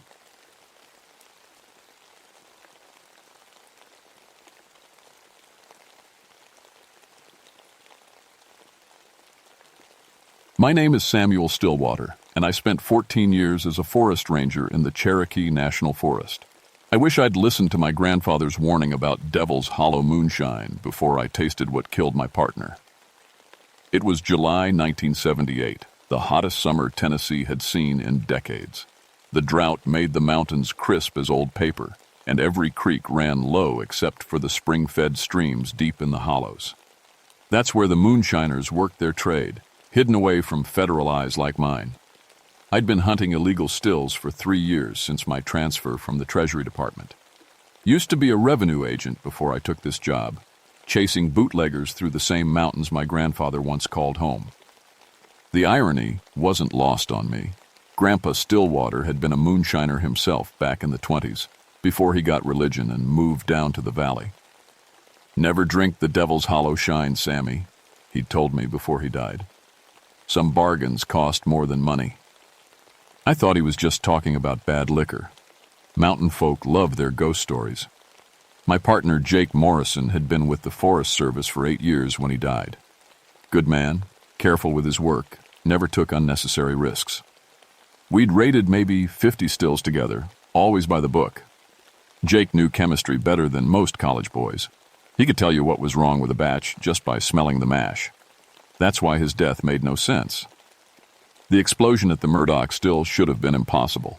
Jake had tested the setup himself, declared it safe, even complimented old Pete Murdoch on his clean operation. Then something went wrong.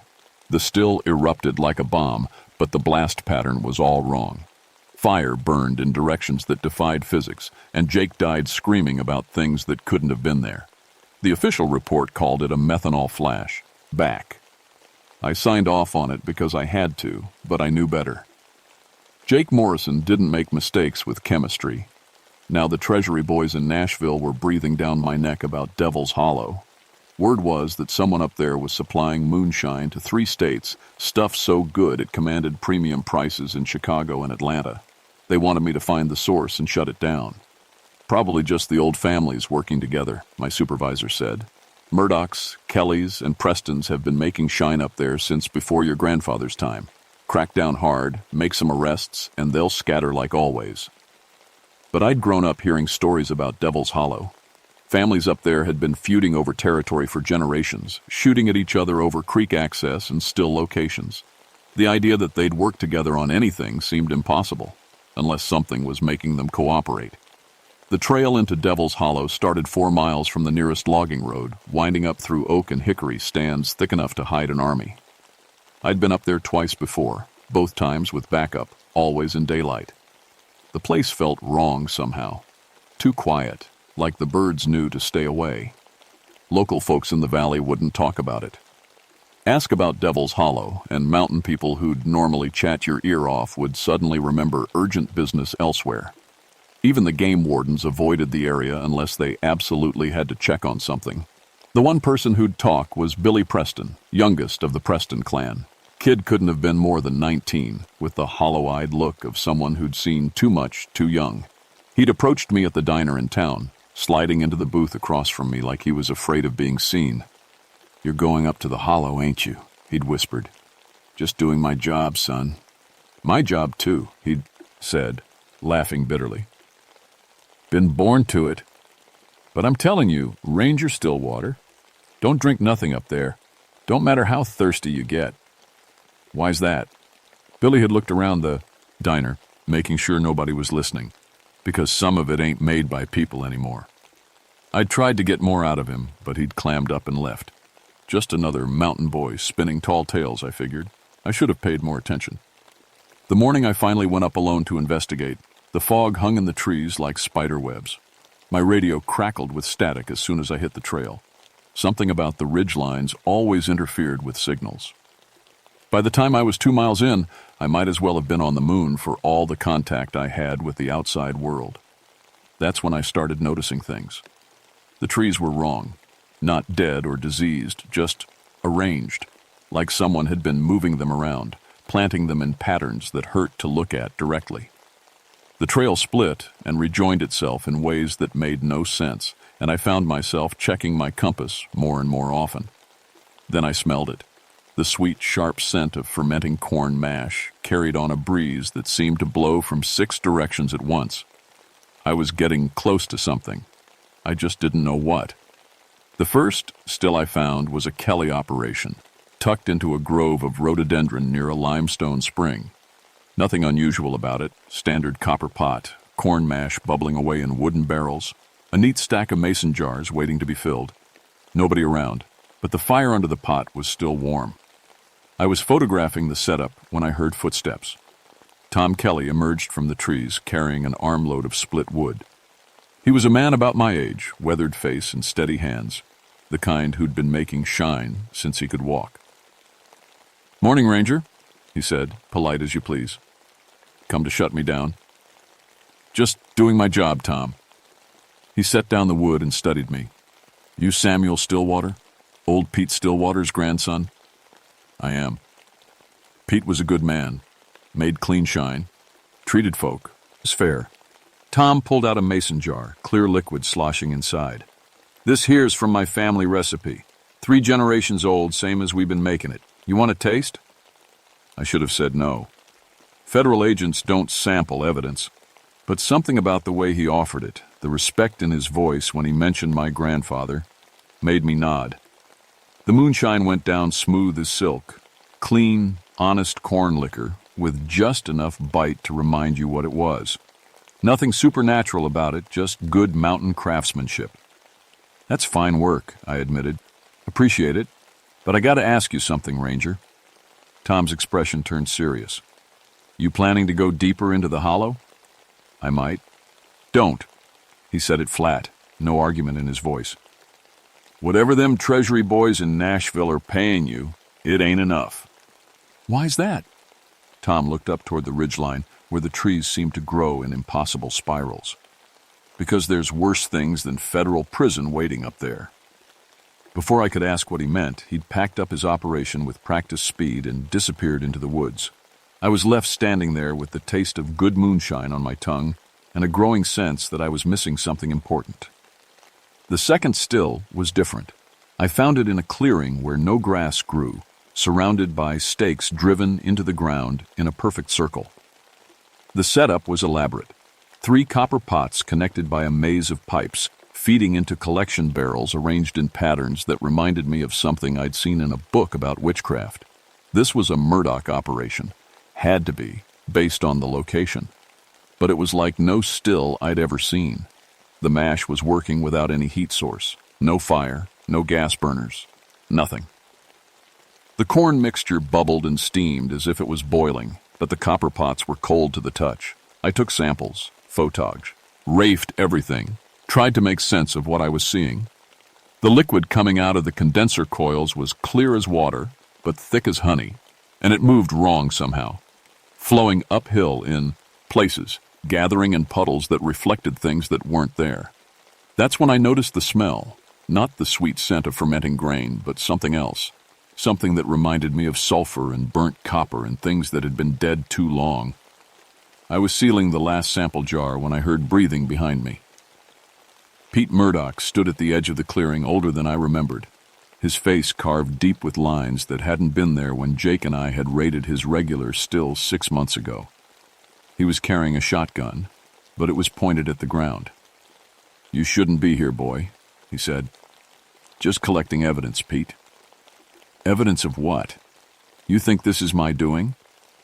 He gestured at the impossible still. "You think I know how to make mash work without fire?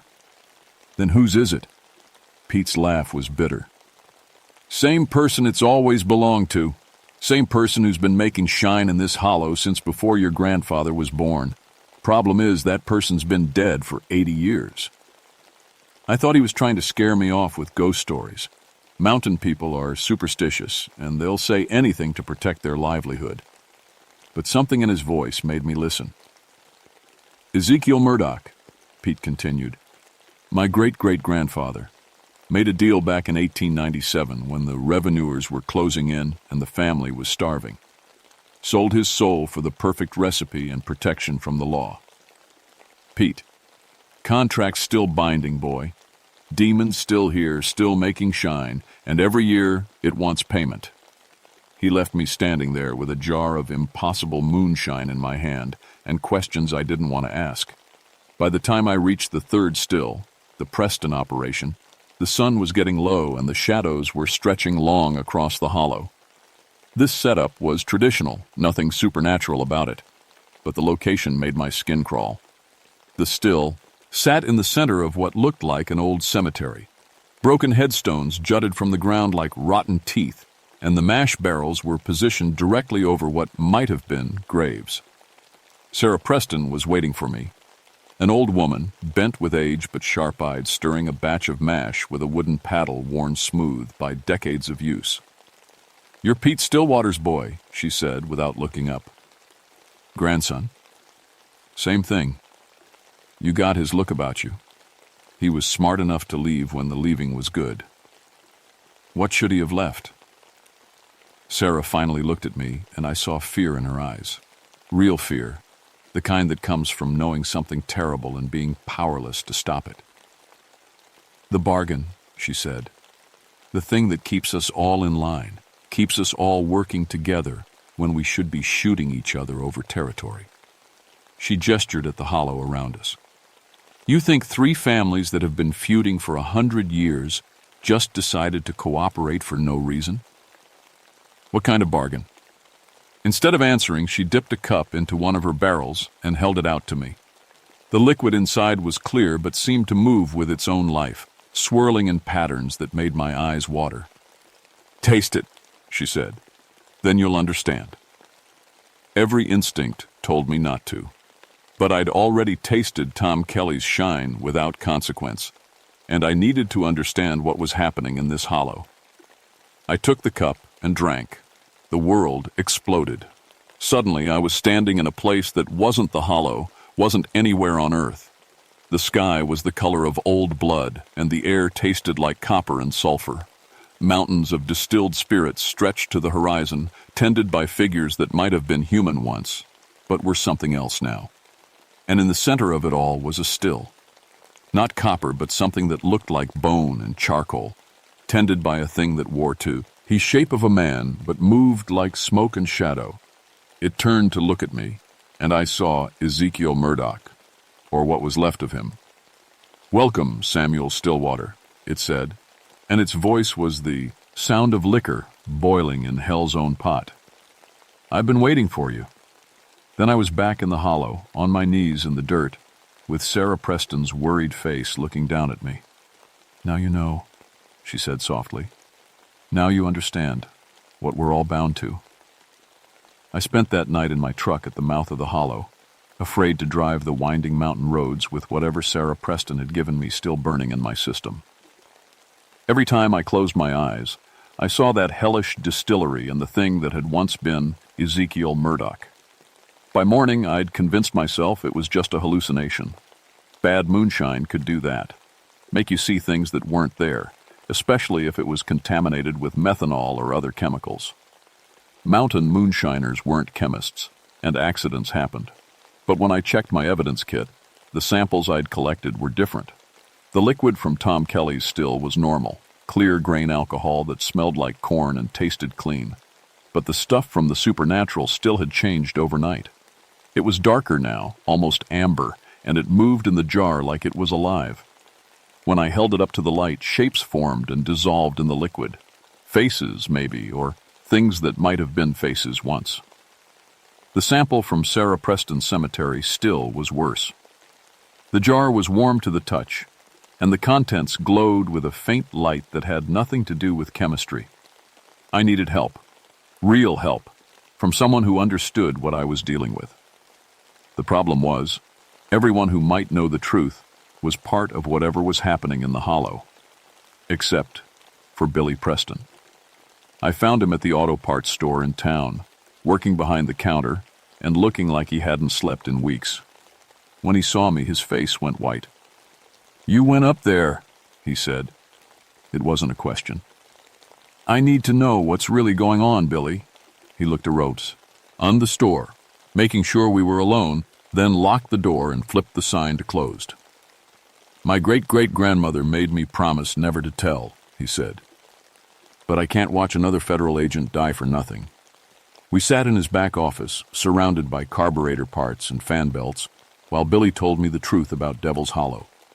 "It started in 1897, he said. Ezekiel Murdoch was the best moonshiner in 3 counties, but the revenuers were closing in. Federal marshals had raided every still in the hollow, arrested most of the men, and the families were starving.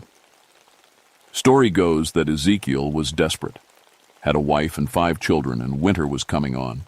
He went up to the high hollow, to a place where the old Cherokee said spirits walked, and he called out for help. And something answered? Billy nodded.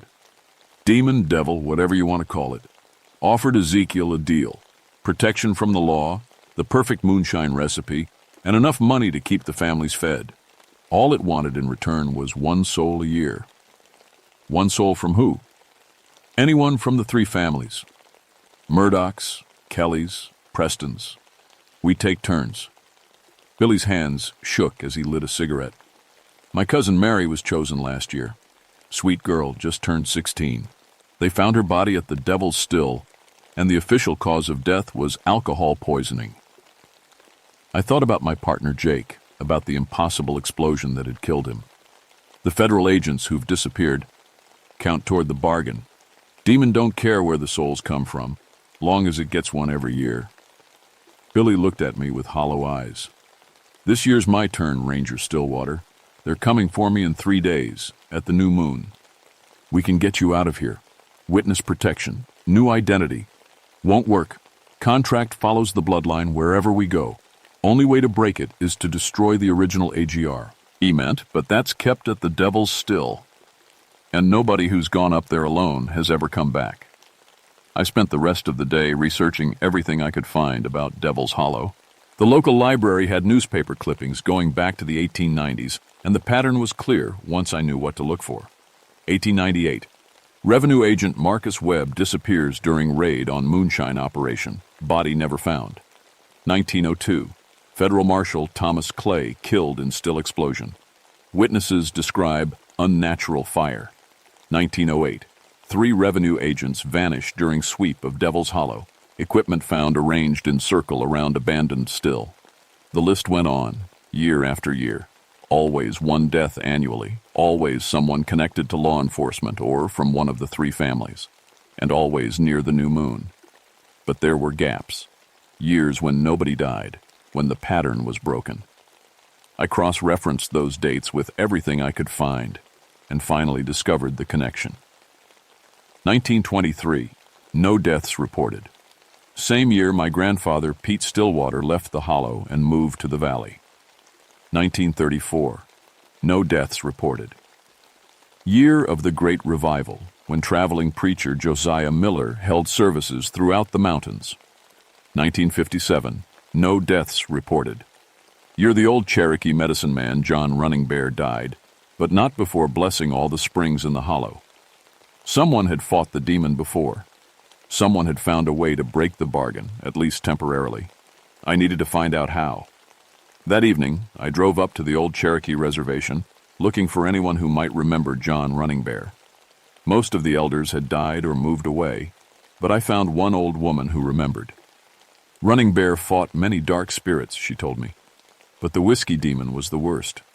Fed on souls like a vampire feeds on blood, grew stronger every year. How did he stop it? Blessed water. Holy water from the white man's church mixed with water from the sacred springs. Poured it into the demon's still, broke its power for a generation. She studied me with eyes that had seen too much. But demons don't die, young man. They just sleep. And this one's been awake again for 20 years. I had a plan for me. Dangerous. Probably impossible. But it was all I had. The next morning I visited every church in 3 counties, collecting holy water from pastors who thought I was crazy but were willing to help. Then I drove to the valley where my grandfather was buried, looking for his old cabin. I found it collapsed into ruin, but the root cellar was still intact, and there, wrapped in oiled cloth and hidden under the floorboards, was my grandfather's journal. The entries from 1923 told the whole story. Grandpa Pete had been chosen as that year's sacrifice, but instead of accepting his fate, he'd fought back. Working with Preacher Miller and John Running Bear, he'd located the Devil's Still and contaminated its contents with blessed water. The demon screamed like a train whistle when the holy water hit its moonshine, he'd written. Still exploded in fire that burned cold instead of hot, and the thing that looked like Ezekiel Murdoch melted like snow in July. Thought we'd killed it for good. But Running Bear warned me, said we'd only wounded it, and it would heal eventually. The last entry was dated the day before he left the hollow. Demon's contract is still binding, but its power is broken. Won't last forever, though. Someday someone else will have to finish what we started. Pray it ain't one of my blood. I had everything I needed except courage. And with Billy Preston's life hanging in the balance, I'd have to find that too. The next night was the new moon. Time was running out. I went up the hollow just after midnight, carrying a backpack full of holy water and my grandfather's journal. The night was black as pitch, with clouds covering even the stars, and every shadow seemed to move with its own purpose. The trail was different in the dark, paths that chose. It had been clear in daylight, now twisted back on themselves, leading me in circles through trees that shouldn't have been there. My flashlight beam seemed to die just a few feet ahead of me, swallowed by darkness that felt thick as molasses. But I wasn't alone. I could hear them following me, footsteps that matched my own, breathing that echoed my breathing, whispers in a language I didn't recognize but somehow understood. The demon's servants, hunting for this year's sacrifice. They were hunting Billy Preston, and they'd found him. I discovered the boy tied to a tree near the Devil's Still, unconscious but alive. Blood trickled from a cut on his forehead, and his breathing was shallow. Around him, 3 figures moved in the darkness: Pete Murdoch, Tom Kelly, and Sarah Preston, their eyes reflecting light like animals. "Let him go," I called out, stepping into the clearing. They turned toward me, and I saw that they weren't entirely human anymore. Something had changed them, twisted them into servants of whatever dwelt in this place. "Samuel Stillwater," Sarah Preston said, but her voice carried echoes that came from somewhere else. "Pete's grandson. We wondered if you'd come. The boy's innocent." "Innocents don't matter," Tom Kelly replied. "Contract calls for 1 soul per year from the 3 families. Billy's blood is Preston blood, and his time has come. Then take me instead." They laughed, and the sound made my teeth ache. "You're not family," Pete Murdoch said. "Your blood won't satisfy the bargain. But don't worry, you won't be leaving here either." That's when I saw it. The Devil's Still, hidden in the shadows at the far end of the clearing. It wasn't made of copper or any earthly metal. The thing looked like it had grown from the ground itself. Twisted metal that might have been bone, pipes that pulsed like veins, and a firebox that burned with cold flame. The whole apparatus radiated wrongness, a presence that made reality bend around it. And tending it was Ezekiel Murdoch, or what was left of him. The thing that had once been a man was tall and gaunt, its skin burned black as charcoal, its eyes like coals in a furnace. Copper pipes ran through its body where veins should have been, and when it moved, I could hear liquid sloshing inside it. "Welcome to my distillery, Samuel Stillwater," it said, and its voice was the sound of steam escaping from hell's own boiler. "Your grandfather cost me 20 years of proper harvest. I've been looking forward to meeting his blood." "The contract's broken," I said, trying to keep my voice steady. "John Running Bear destroyed your power. Wounded it, weakened it. But contracts written in blood and signed with souls don't break so easily." The demon gestured to the still, where liquid bubbled and steamed without any visible heat source. "Every year I grow stronger. Every soul I claim makes the bargain harder to break. Soon I'll have power enough to expand beyond this hollow, to claim tribute from every family in these mountains." I understood then why the Treasury Department had sent me here. This wasn't about shutting down moonshine operations. This was about stopping something that would spread like a plague if it wasn't contained. The demon raised one burned hand, and the 3 family members began advancing on Billy. The boy was awake now, struggling against his bonds, but there was nowhere for him to run. I pulled out the first bottle of holy water and smashed it against the nearest copper pipe. The demon shrieked like a steam whistle as white smoke rose from where the blessed water had touched its still. The sound was so loud it knocked me to my knees, and the 3 family members staggered backward, clutching their ears. 20 years I've waited for revenge," the demon hissed, advancing on me. 20 years of diminished power, of having to make do with lesser souls. You think a few drops of church water will save you? But the holy water was working, the demon. Still was shuddering, its impossible flames flickering, and the liquid inside was turning dark and thick. I smashed the second bottle against the firebox. More smoke, more screaming, and this time the demon stumbled, its form becoming less solid. "The contract!" it roared. "Where is the contract?" I looked around wildly and saw it. A piece of parchment nailed to a dead tree at the edge of the clearing, covered in writing that seemed to shift and move in the darkness. That had to be the original agreement, the document that bound the three families to this hell. I ran for it, but the demon was faster. It grabbed me with hands that burned like dry ice, lifting me off the ground. "You'll make a fine addition to my collection," it whispered.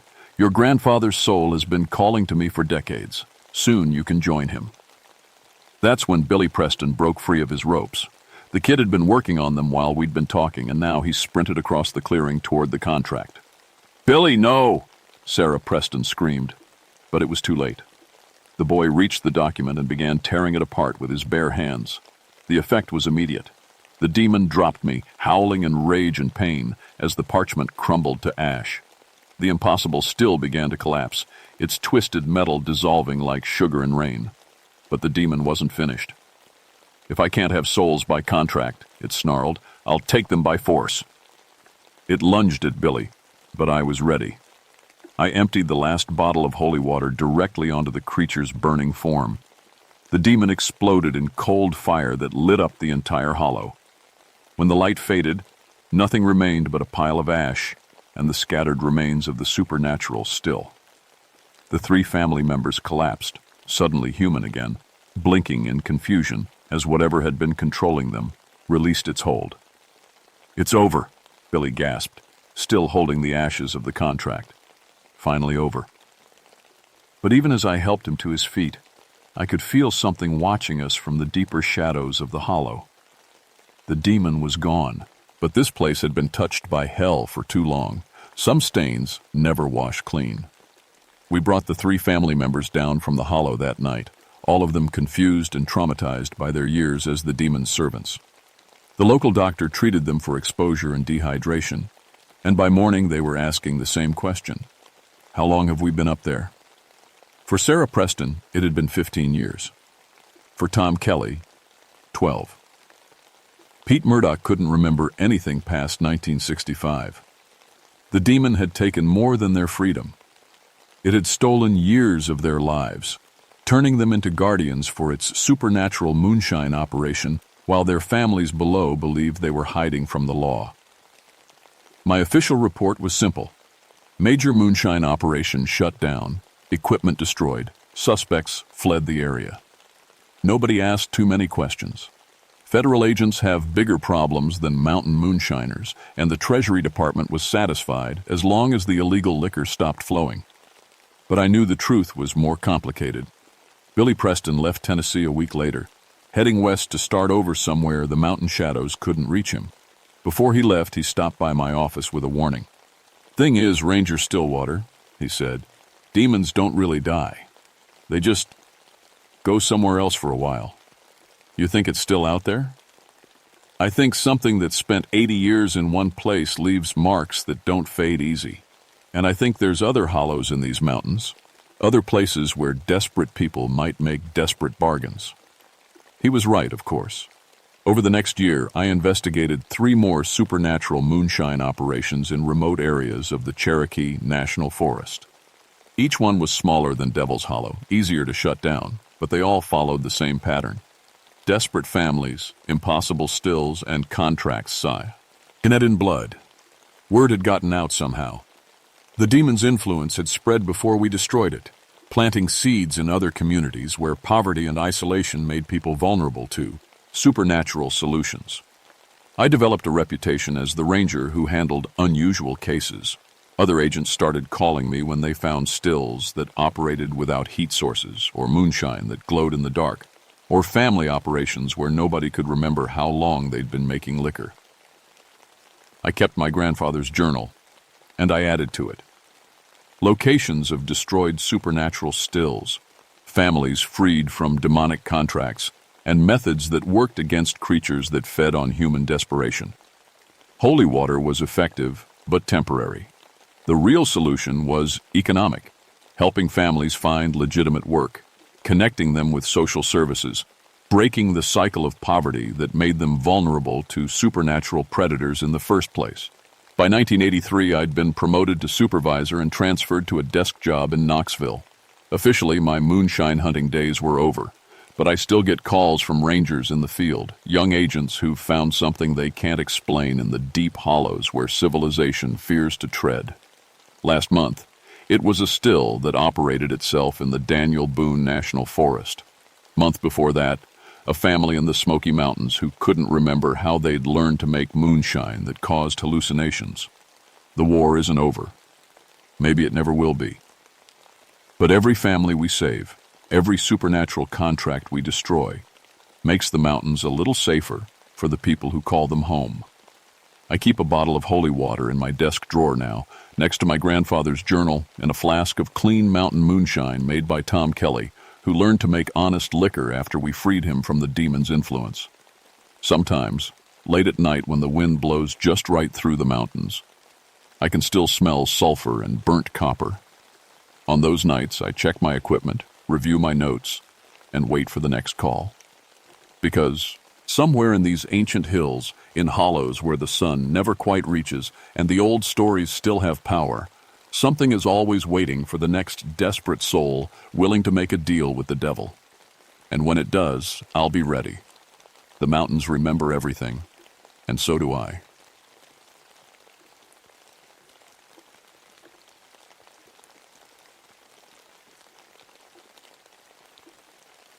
My name is Jonathan Bloodworth, and I've been a ranger in these North Carolina mountains for 16 years. That's long enough to know every trail, every ridge, every hollow where poachers like to set up camp.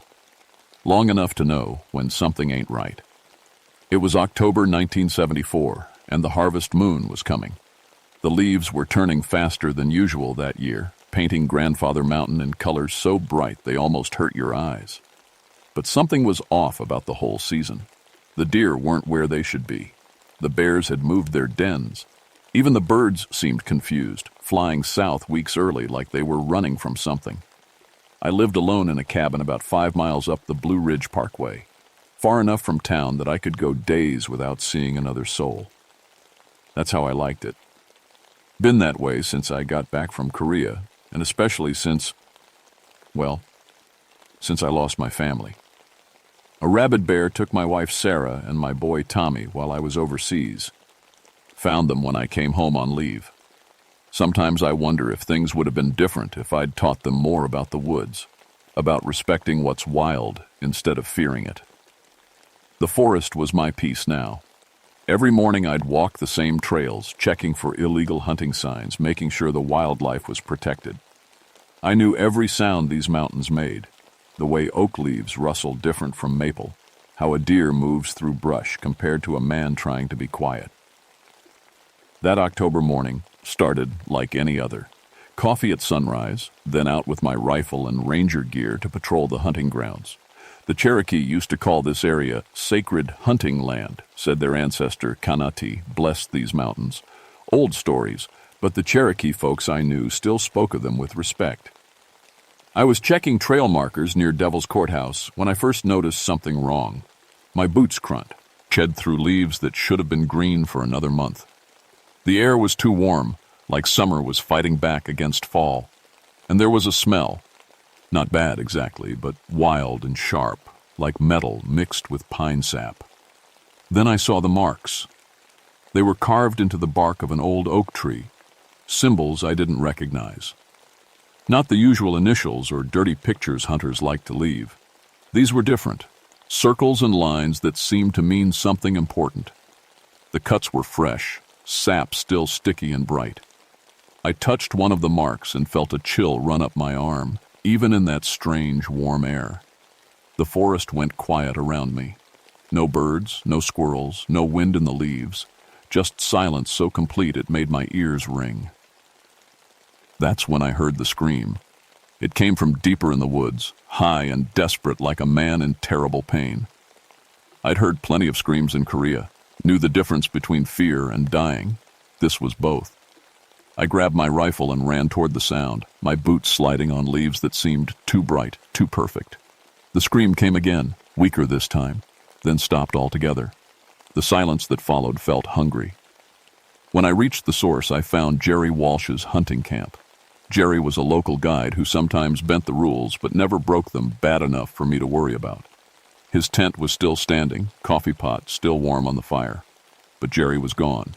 His rifle lay in the dirt, unfired. His boots sat neat by the tent like he'd just stepped out of them. But there was blood on the ground, dark drops leading into the thick woods where the shadows seemed deeper than they should be. I called his name, but the forest swallowed my voice. Whatever had taken Jerry, it had been quiet about it. Quiet and quick and thorough. I should have radioed for backup then. Should have followed procedure and called in a missing person, but something about those carved symbols, about the way the woods felt wrong, made me think this wasn't a normal disappearance. As I stood there in Jerry's empty camp, the sun started setting earlier than it should have. And somewhere in the distance I heard something that made my blood run cold. The sound of footsteps moving through the forest, steady and patient, like something was hunting, something that knew these woods even better than I did.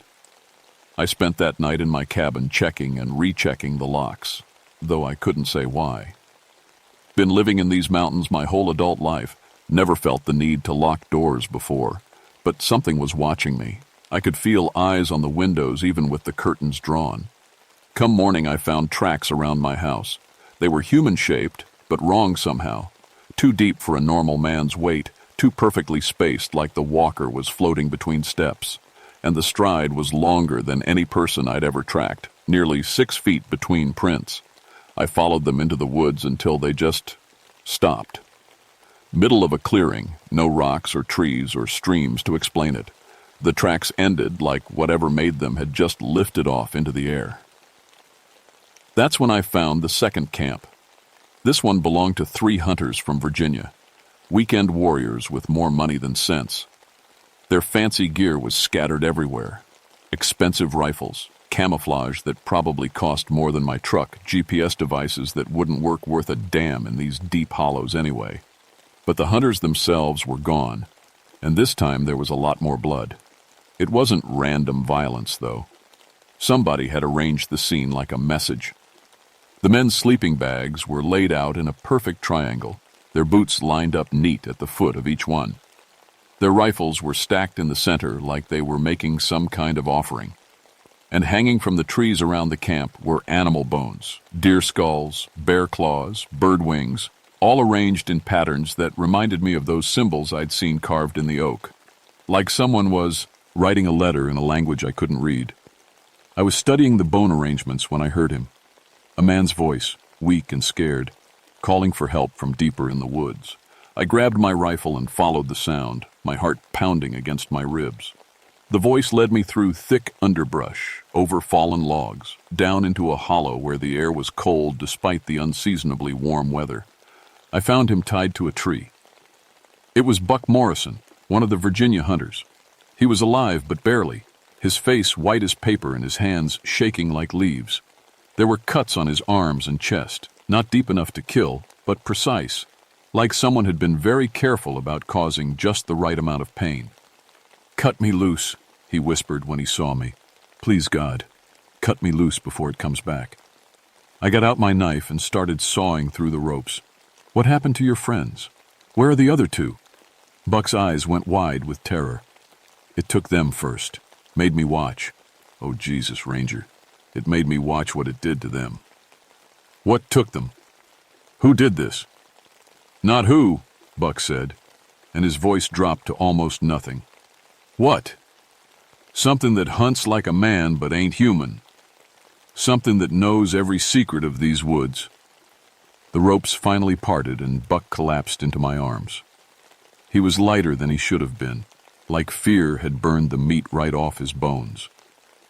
"We were hunting deer," he whispered. "Just deer, I swear. But it said we were hunting wrong, killing for sport instead of need. Said we had to pay the price." "What did? What said that?" Buck looked up at me with eyes that had seen too much. "The Moon Hunter. That's what it called itself.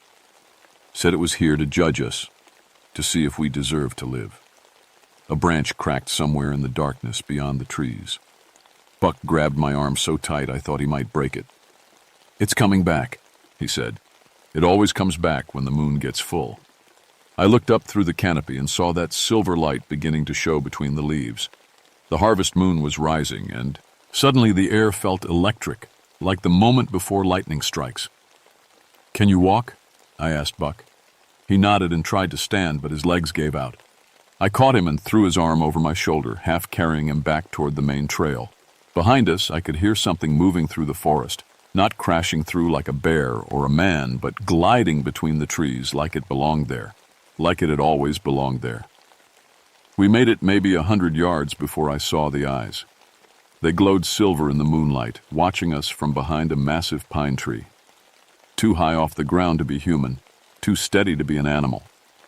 And there was intelligence in them, cold and ancient and judging. "Don't look back," I told Buck, but he was already turning around.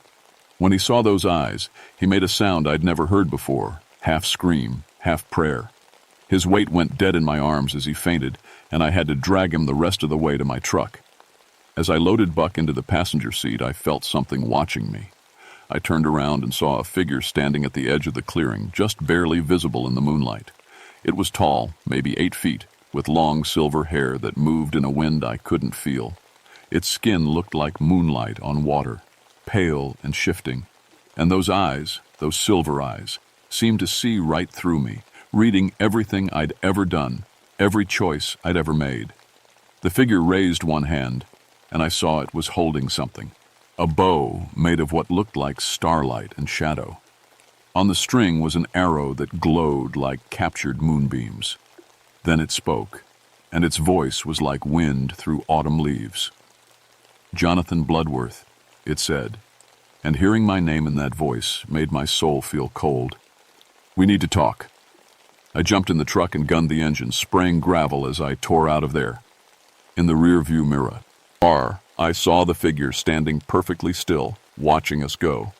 But I knew it wasn't over. Whatever that thing was, whatever it wanted with me, this was just the beginning. The harvest moon was getting fuller every night, and something told me I was running out of time. Buck Morrison spent 3 days in the hospital before he could talk straight. When he finally did, his story made my blood run cold. "It picked us off one by one," he told me, his voice shaking. "Started with Tommy. He was taking a leak behind some trees when we heard him scream. When we found him, he was hung up like a deer, gutted clean and bled out. Buck's hands wouldn't stop trembling. Then it got Richards, dragged him right out of his sleeping bag while we were trying to stay awake. We heard him begging, heard him crying for his mama. But when morning came, all we found were his boots and this pile of bones arranged in some kind of pattern." "What kind of pattern?" I asked. "Like words, but not in English. Like it was trying to tell us something about the way we hunted, about taking more than we needed." I'd been having nightmares since that night in the woods. Dreams where something silver and tall followed me through the forest. Always just out of sight, but never far away. I'd wake up to find my cabin door standing open, letting in the cold mountain air. My rifle would be moved from where I'd left it. My hunting knife would be gone from its sheath, only to turn up later stuck in my kitchen table with something carved into the wood beneath it. Cherokee symbols, the same ones I'd seen on the oak tree. I drove into town to see Mary Crowfeather, the oldest Cherokee woman I knew. She ran a small store selling traditional crafts and was about the closest thing to a tribal elder we had in the area. "Mrs. Crowfeather," I said, showing her a rubbing I'd made of the symbols, "can you tell me what these mean?" She looked at the paper and her face went pale. Her hands started shaking just like Buck's had. "Where did you see these?" she asked. "Carved in trees, left at hunting camps. Someone or something is marking the woods with them." Mary set the paper down carefully, like it might catch fire. "These are old signs, older than my grandmother's grandmother. They tell the story of Kanati." "The hunter from your legends?" "Not legend," she said firmly. "History. Kanati was a real man, the greatest hunter our people ever knew. But he became something more when he saw what the white hunters were doing to the land, killing everything they could find just for sport." She pointed to one of the symbols. "This one means judgment. This one means balance." And this one, she touched the paper and pulled her finger back like she'd been burned. This one means punishment. What happened to Kanati? Mary looked out the window toward Grandfather Mountain. He made a bargain with the spirits of all the animals that had been killed without need. They gave him the power to hunt the hunters, to judge who killed for survival and who killed for pleasure. But the power changed him, made him something between man and spirit. Is he still out there? During the harvest moon, when the ancient hunting season begins, Kanati walks the sacred grounds. He tests every hunter he finds, judges their heart and their purpose. Mary's eyes met mine. Those who hunt with respect, who take only what they need and honor what they kill, he leaves alone. But those who hunt for sport, who kill for the joy of killing. She didn't need to finish. I thought about Jerry Walsh and the 3 hunters from Virginia. I thought about all the deer I'd shot over the years, all the bears and wild turkeys. How many had I killed because I needed food, and how many because I enjoyed the hunt? That night, I sat in my cabin cleaning my rifle and thinking about my wife and son. Sarah had always worried about my hunting, said it changed me somehow, said I came back from the woods different, harder. Maybe she'd been right. Around midnight, I heard footsteps on my porch. They were slow and deliberate, circling the cabin like whatever was out there was studying the place. I grabbed my rifle and moved to the window, but all I could see was moonlight and shadows. The footsteps stopped at my front door. 3 knocks, perfectly spaced. Then silence. I waited, rifle ready, but nothing else happened. After an hour, I finally got brave enough to check outside. On my porch, arranged in a neat line, were 3 things: Jerry Walsh's hunting knife, a bone arrowhead that looked ancient, and a photograph I hadn't seen in years. The photograph showed me in Korea, posing with my sniper rifle over a row of enemy soldiers I'd killed. I was smiling in the picture, proud of my marksmanship. I'd forgotten about that smile, forgotten how good killing had felt back then. Written on the back of the photo in silver ink were Cherokee symbols. I didn't need Mary Crow Feather to translate these ones. I could feel what they meant in my bones. We are the same, you and I. We both know the joy of the hunt. But do you hunt for need or pleasure? Tomorrow night, when the moon is full, we will find out. I spent the next day preparing like I was going back to war. Cleaned and loaded every weapon I owned, set up defensive positions around my cabin, radioed my location to the sheriff's department. If something wanted to hunt me, I'd be ready. But as the sun went down and the harvest moon rose full and bright above Grandfather Mountain, I realized I'd made a terrible mistake. Kanati wasn't coming to my cabin.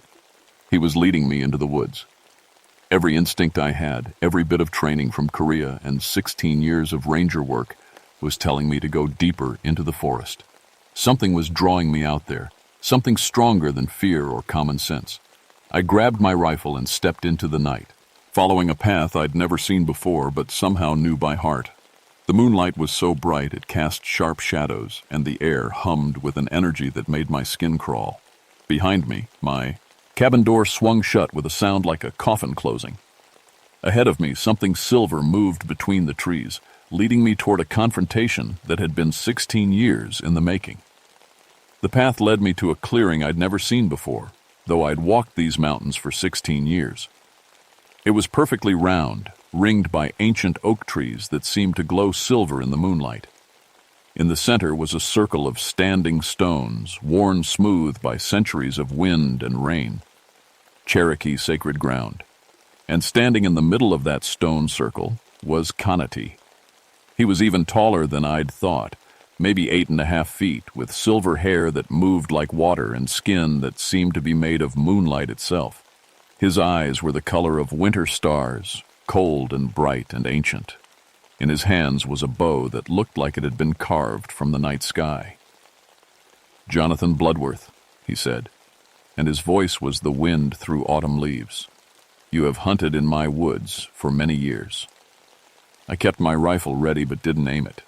Something told me bullets wouldn't matter much here. "I've been a ranger, protecting these woods." "Protecting?" Kanati tilted his head like a curious animal. "Or hunting. I have watched you. Watch the joy in your eyes when you take a life. You are like me in that way. I hunt for food, for survival. Do you?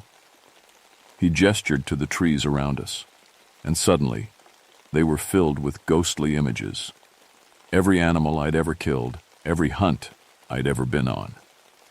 Show me, hunter. Show me which of these deaths were from need and which were from the pleasure of killing. The images played out around us like movies. I saw myself as a young man tracking my first deer and feeling that rush when my shot brought it down. I saw the pride in my father's eyes, the way the other hunters respected my skill. I saw Korea, where killing became a job, and then say, something more. And I saw my family. Sarah appeared among the ghostly images, holding little Tommy's hand. They looked exactly like they had the day I left for my last deployment. Her in her blue dress, him with that gap-toothed smile.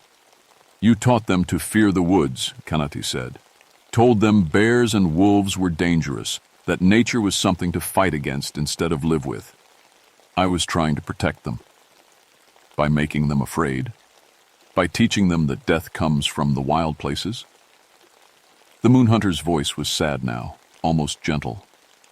When the rabid bear found them, they ran in panic instead of standing still. They fought instead of showing respect. Fear killed them, Jonathan Bloodworth. Fear that you taught them. The truth hit me like a physical blow. I'd spent so many years blaming myself for not being there to protect them, but I'd never realized that my own teachings had made them vulnerable. The bear was sick, I whispered. Yes, sick and confused and in pain.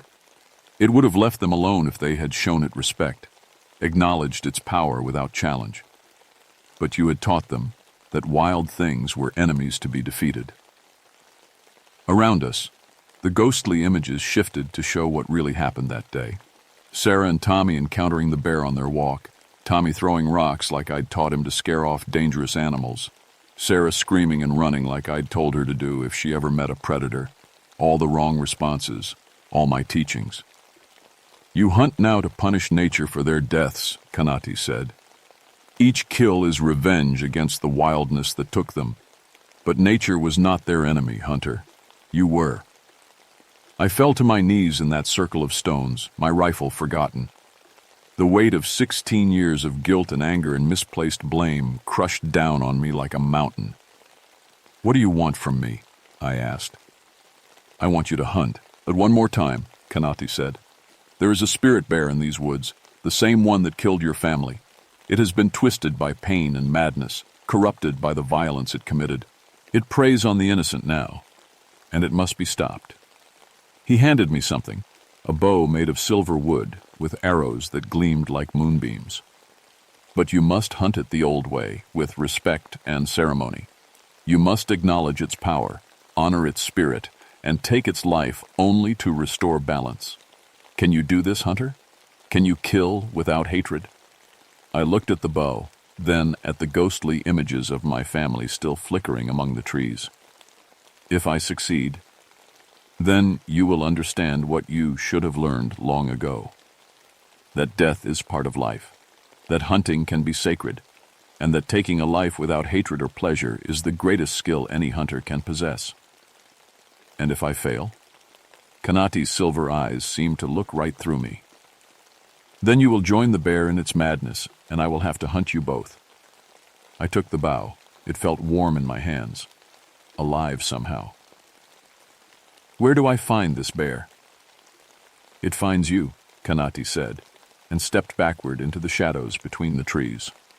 Remember, Jonathan Bloodworth, hunt with respect, kill with sorrow, and honor the spirit of what you must destroy.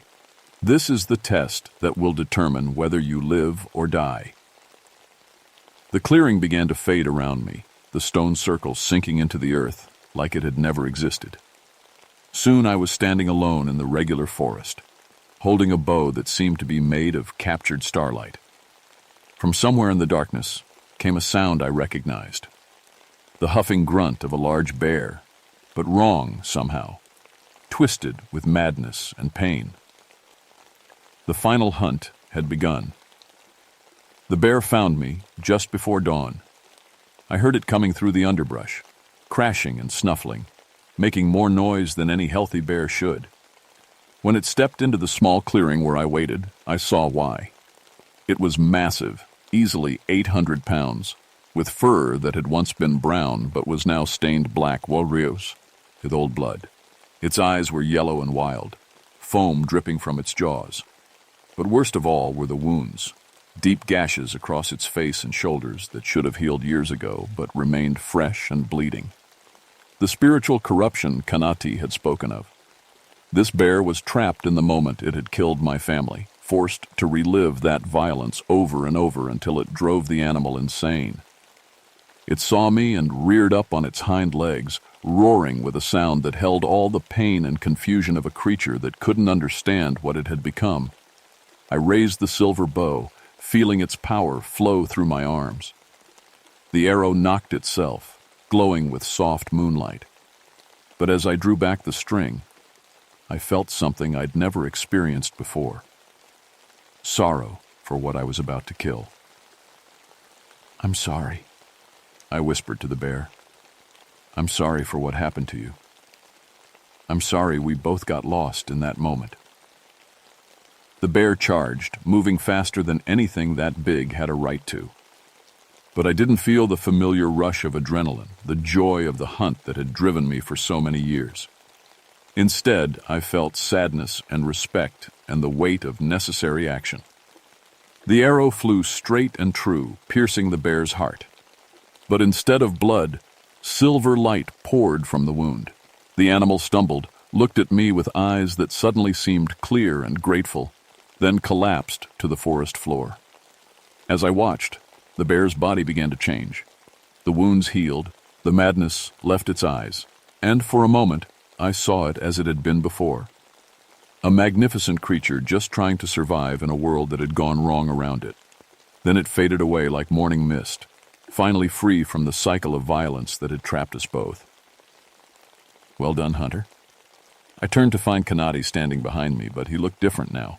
More solid, more human. His silver eyes held approval and something that might have been pride. "The bear is at peace," he said. "And so, I think, are you." He was right.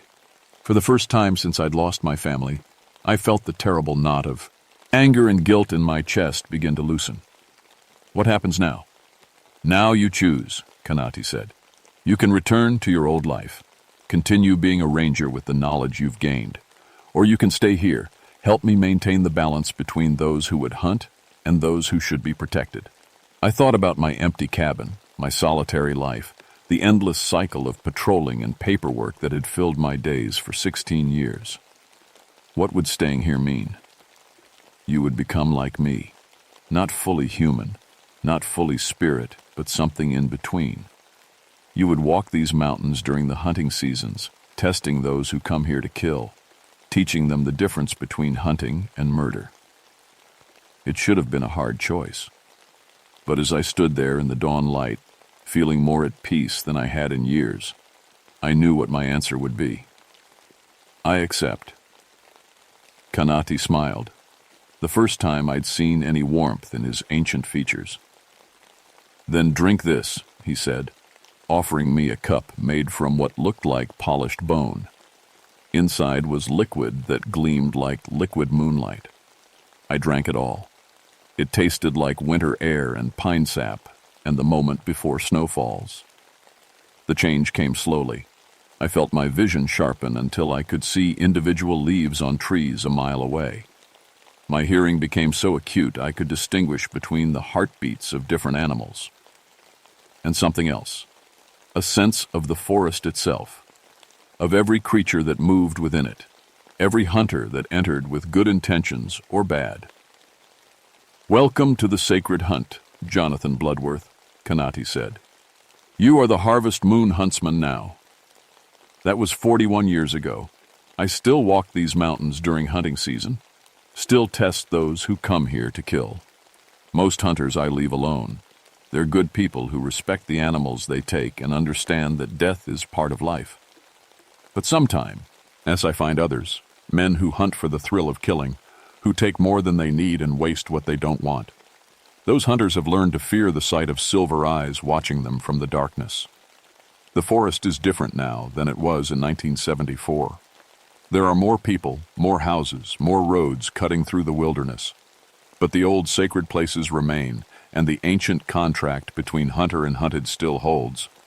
Mary Crowfeather's granddaughter runs the craft shop in town now. Sometimes she leaves offerings at the edge of the woods, tobacco and sage and cornmeal. She knows I'm out here, knows what I've become. The Cherokee remember their stories, pass them down from one generation to the next. And every October, when the harvest moon rises full and bright above Grandfather Mountain, I remember my family. Not with guilt anymore, but with love and the knowledge that their deaths taught me something important about the balance between life and death, between taking and giving, between fear and respect. I am the guardian of that balance now, and I will be until the mountains themselves crumble into dust. The hunt continues.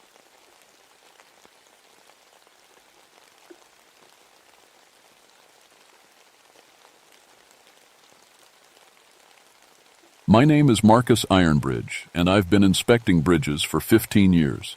Never thought I'd be the kind of man to believe in monsters, but after what happened at New River Gorge in the summer of '76, well, some things change a man's mind real quick. I was 42 that August, working out of Hawks Nest State Park in West Virginia. Been divorced 3 years by then, and my daughter Sarah barely spoke to me. Can't say I blamed her much. When you spend your life crawling around bridge supports and checking stress points, you don't leave much time for family dinners. The job suited me, though. There's something honest about steel and concrete. They don't lie to you. When a beam's about to fail, it shows you cracks. When a foundation's shifting, you can measure it. Everything has a reason, a cause you can point to and fix. My specialty was bridge safety, which some folks found funny considering what happened to my father. He died when I was 12, in a bridge collapse down in Kentucky. The newspapers called it a structural failure due to poor maintenance. Clean and simple, no mystery there. That's why I became an engineer first, then a ranger. Wanted to make sure no other kid lost their daddy to a bridge that should have been condemned. I was good at my job, too. Real good. In 15 years, I'd never missed a critical flaw. The New River Gorge Bridge was supposed to be my masterpiece inspection.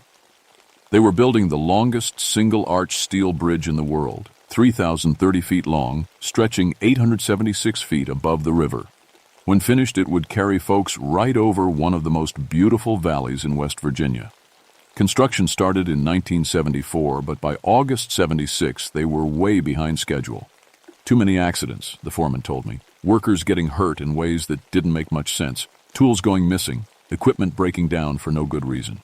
Just bad luck, Tom Bradley, the site supervisor, said when I arrived for my monthly inspection. He was a big man with hands like tree stumps, been building bridges for 25 years. But I could see worry lines around his eyes that hadn't been there on my last visit. How bad? I asked, pulling on my hard hat. Lost 12 men since we started. Jimmy Hastings was the worst. Tom's voice dropped low. Found him welded inside a support beam yesterday morning. Still alive when we cut him out, but he shook his head. Couldn't explain how he got in there. Steel was solid all around him. I'd seen construction accidents before, plenty of them, but welding a man inside a beam, that wasn't an accident. That was something else entirely. As we walked toward the bridge, I noticed how quiet the work site was. Usually, construction crews are loud, shouting over machinery, radios playing, metal clanging against metal. But here, the workers moved like they were in church. Whispers instead of yells, quick glances over their shoulders. The men seemed spooked, I said. Tom nodded. Started about 6 months ago. They claim tools move by themselves. Say they hear voices echoing up from the gorge at night, but there's nobody down there. He stopped walking and looked at me straight on. Marcus, I've been doing this job longer than most. Seen men die in every way you can imagine. But this feels different. I was about to tell him that feelings don't matter in engineering when I saw something that made my stomach drop. The main support cable, thick as my waist and strong enough to hold up a freight train, was twisted into the shape of a noose. Tom, I said, my voice coming out funny. When did that happen? He followed my gaze and went pale. That wasn't like that yesterday. I swear on my mother's grave, that cable was straight yesterday. I pulled out my notebook and started writing, but my hand was shaking. In 15 years of bridge inspection, I'd never seen steel cable twist itself into knots. Steel doesn't move on its own. It follows the laws of physics. But looking up at that noose swaying in the August breeze, I started to wonder if maybe physics wasn't the only law at work in New River Gorge. The next morning, I came back to the site early before the crew arrived. Wanted to examine that cable in good light, maybe figure out how someone could have twisted it without heavy equipment. But when I got there, the cable was straight again. Not just straight, perfect, like it had never been touched. I stood there for 10 minutes, staring up at that cable and questioning my own eyes.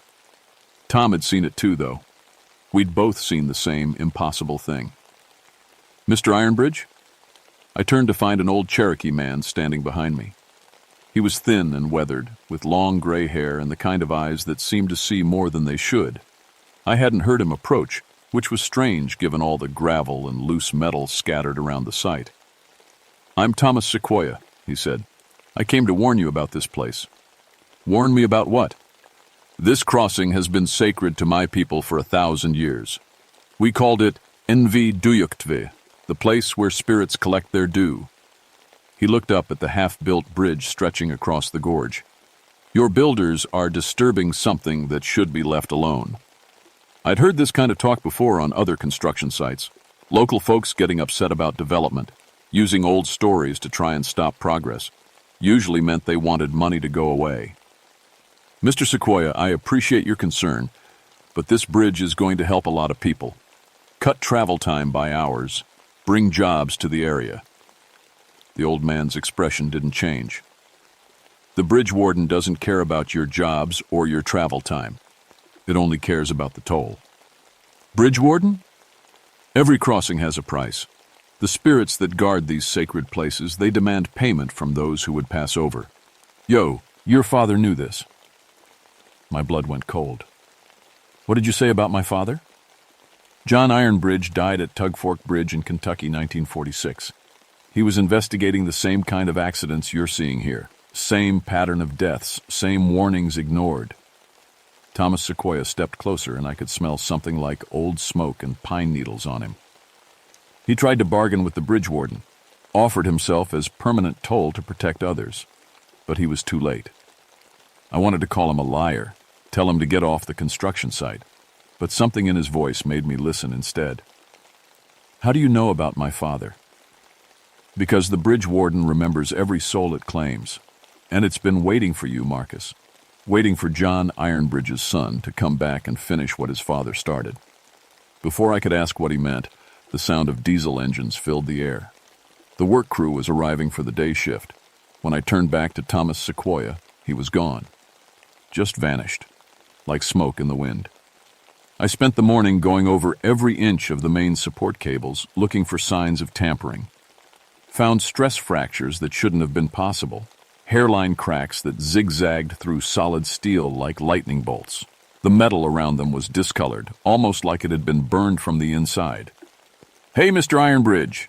Jimmy Hastings was walking toward me, hard hat in his hand. This was the man Tom said had been welded inside a support beam. He looked normal enough, maybe a little pale, but otherwise fine. "Jimmy, right? Tom told me you had an accident yesterday." His face went strange. "Accident? Yeah, that's what we're calling it." He glanced around to make sure nobody was listening, then moved closer. "Can I tell you something? Off the record?" I nodded. I remember being inside that beam. I remember how I got there. Jimmy's voice dropped to a whisper. "I was working on the North Tower, welding joints like usual. Then I heard this voice calling my name from inside the steel. Not from outside, from inside, like someone was trapped in the metal itself."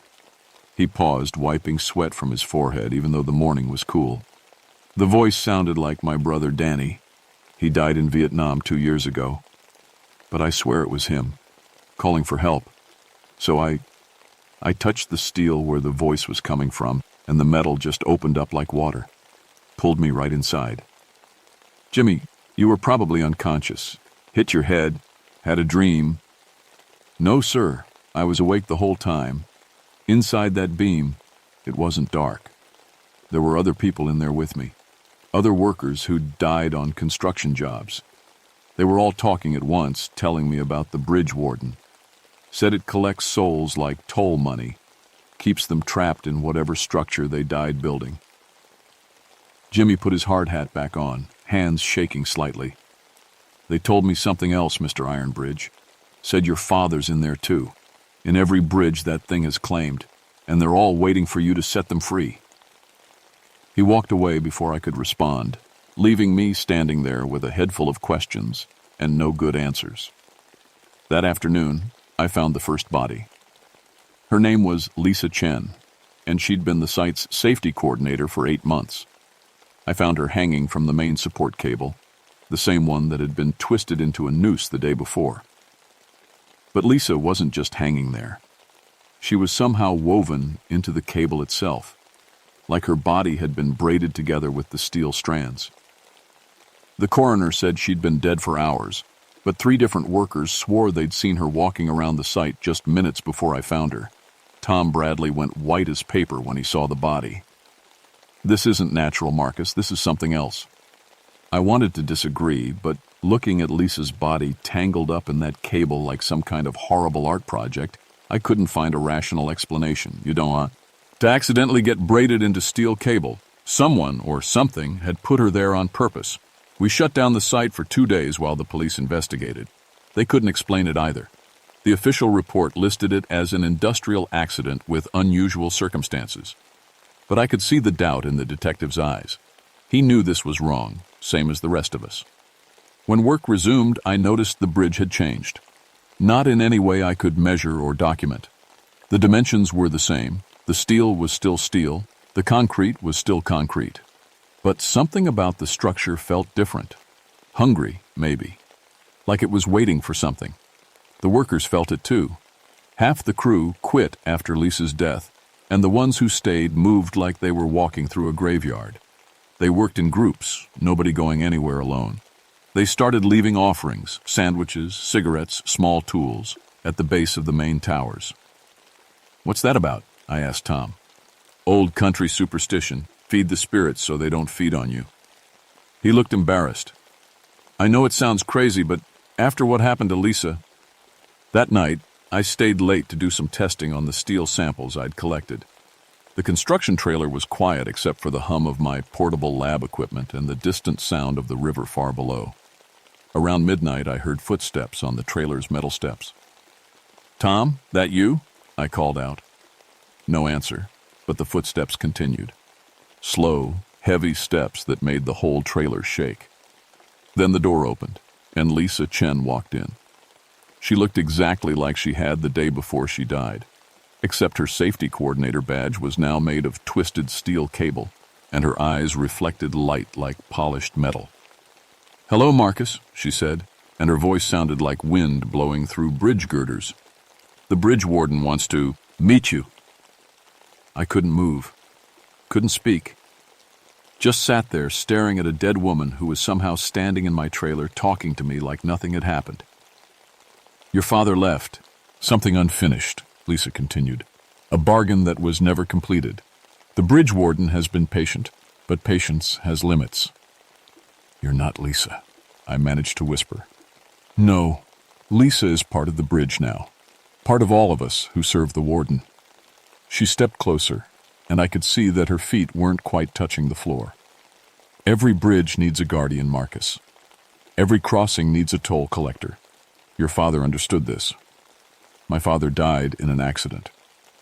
Lisa, or whatever was wearing Lisa's face, smiled. John Ironbridge knew the old agreements, knew that sacred places demand sacred prices. He tried to negotiate, tried to offer himself as permanent payment to protect other bridges.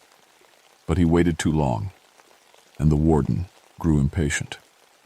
The lights in the trailer began to flicker, and I could hear metal creaking outside, like the bridge was shifting in ways it shouldn't. The Kentucky bridge collapse wasn't an accident, Marcus. It was a demonstration. The warden showing your father what happens to those who break their promises. Lisa's voice was getting deeper, more hollow. Now, the New River Gorge Bridge is nearly complete, and the toll must be paid. 12 souls weren't enough. The warden wants more. What does it want from me? Finish what your father started. Take his place as the bridge's guardian. Collect the tolls from those who would cross sacred ground without permission. Lisa began to fade, becoming translucent like morning mist. Or watch everyone you care about become part of the structure instead. She was gone, leaving only the smell of rusted metal and the sound of my own terrified breathing. I ran outside to look at the bridge, and what I saw made my knees weak.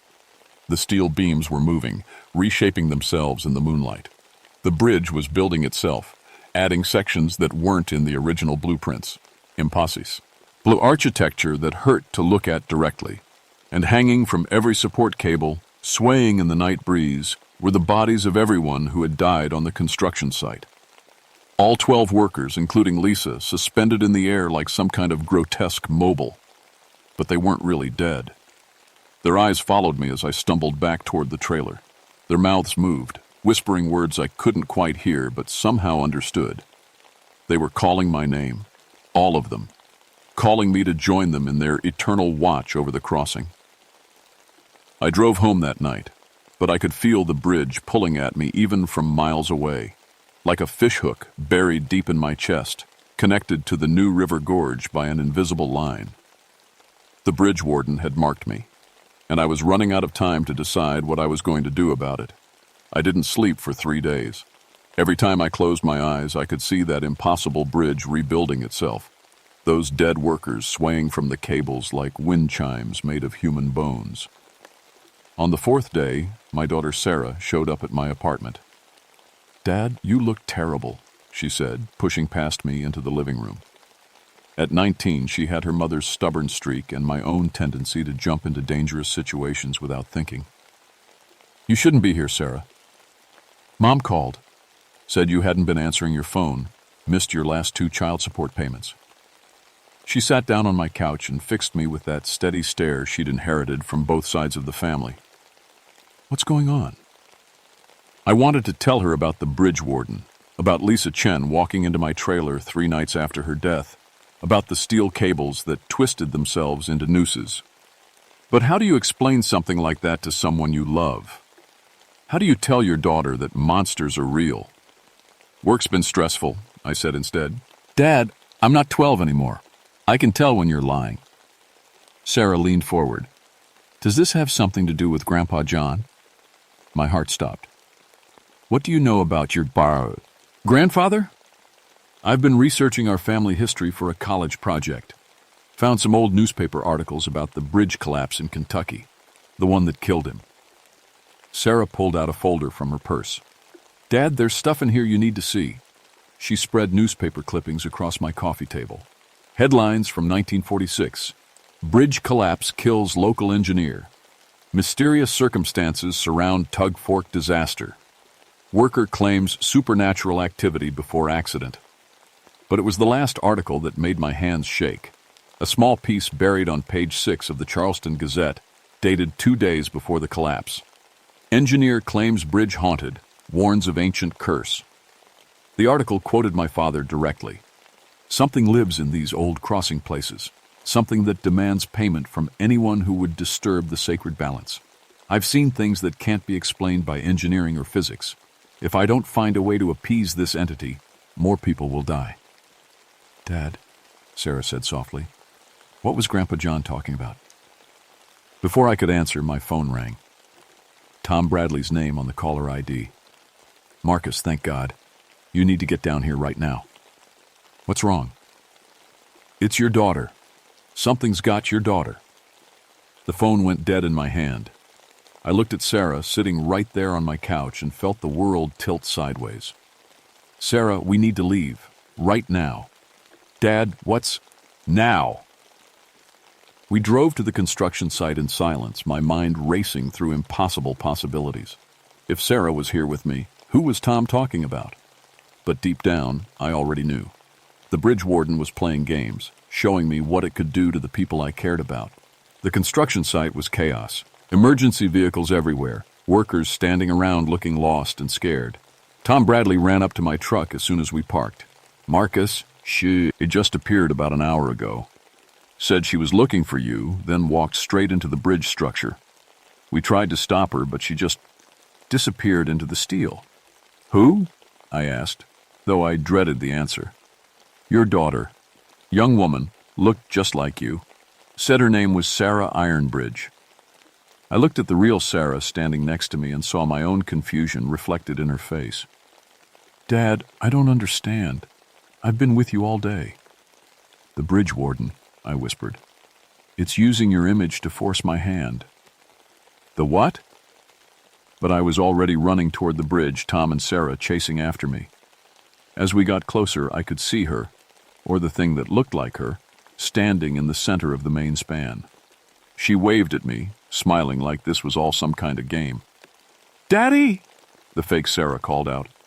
Come play with us. Around her, the dead construction workers were materializing, stepping out of the steel beams like they were walking through doorways.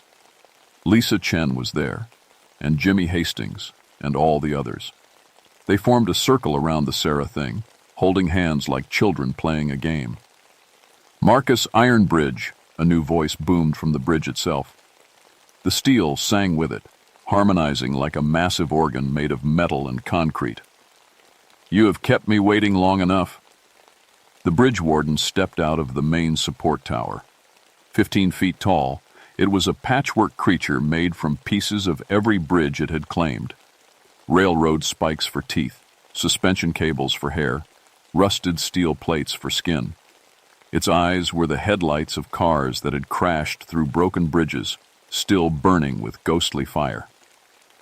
Your father promised me a guardian for this crossing, the warden said, its voice making the entire bridge vibrate. Someone to collect the tolls from those who would pass over sacred ground. He failed to keep his pito, Romis. Let my daughter go. She's not part of this. The warden laughed, a sound like metal tearing apart. This is not your daughter, Marcus Ironbridge. This is merely her shadow, her possibility, but I could make it real. I could take her from you as easily as I took your father. The real Sarah grabbed my arm. Dad, what is that thing? Every bridge needs a guardian, the warden continued. Every crossing needs a collector of tolls. Your father understood this, but he was too weak to pay the price. Will you be stronger? What do you want? Join me willingly, and I will spare those who use this bridge. Refuse, and I will claim every soul that dares cross my domain. Your choice, son of John. I looked at Sarah, my real daughter, terrified but trying to be brave. Then I looked at the fake Sarah standing in the bridge's center, surrounded by the dead. Finally, I looked at the bridge warden itself, ancient and hungry and patient. My father had tried to make this bargain and failed, but maybe I could succeed where he hadn't. I'll take his place, I said. I'll be your bridge guardian. But you have to promise, no more killing innocent people, no more claiming souls who don't deserve it. The warden smiled with its railroad spiked teeth. Acceptable, but first, you must prove your commitment. Destroy the bridge that connects you to the living world, and join us in the world between worlds. It gestured toward the main support cables, the ones that held the entire span together. If I severed those, the whole bridge would collapse. Dad, no! Sarah grabbed my arm tighter. There has to be another way. But I could see the truth in the warden's burning headlight eyes. This was the only way to end the cycle, the only way to protect everyone else. I pulled out the demolition charges I'd been carrying in my truck, standard equipment for bridge inspectors who might need to bring down unstable structures in emergencies. Sarah, get everyone back, way back. Dad, do it! I kissed her forehead, tasting tears. I love you, honey. Tell your mother I'm sorry. I was never a better husband or father. I ran toward the bridge's center, toward the fake Sarah and the circle of dead workers. The bridge warden watched me approach, its expression unreadable. You would destroy your own work? It asked. To save my daughter's world? Yes. I placed the charges on the main support cables, my hands steady despite everything. The fake Sarah walked over to me, looking so much like my real daughter. It hurt. You don't have to do this, Daddy. We could be together forever. You're not her, I said, setting the timer. You're just something wearing her face. The charges exploded with a sound like thunder, and the New River Gorge Bridge began to fall. I should have died in that collapse. 500 tons of steel and concrete plummeting 876 feet into the river below. Nobody survives something like that. But I didn't die. Not exactly. When the dust settled and the rescue crews pulled my broken body from the wreckage, I was still breathing. Barely. They flew me to the hospital in Charleston, told Sarah I might not make it through the night. But I did make it. And when I woke up 3 days later, I understood what had really happened. The bridge warden had kept its bargain, just not in the way I'd expected. I was still human, still alive. But I was also something else now. Connected to every bridge that crosses sacred ground, able to sense when the old agreements are being broken, when ancient prices need to be paid. The difference is, I don't collect souls for the bridge warden anymore. I protect them from it. Sarah visits me every few months. I live in a cabin near the gorge now, officially retired on disability. She thinks the accident left me with some brain damage, explains why I sometimes talk about things that don't make sense. I let her believe that. It's easier than the truth. They rebuilt the New River Gorge Bridge, finished it, 2 years later. It's beautiful, exactly what it was meant to be.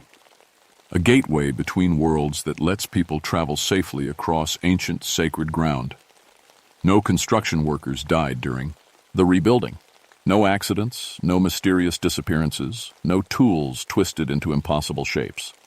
Because now the bridge has a guardian who actually protects the living instead of preying on them. Late at night, when the fog rolls up from the river and the moonlight turns the steel silver, I walk out to the bridge and check on things.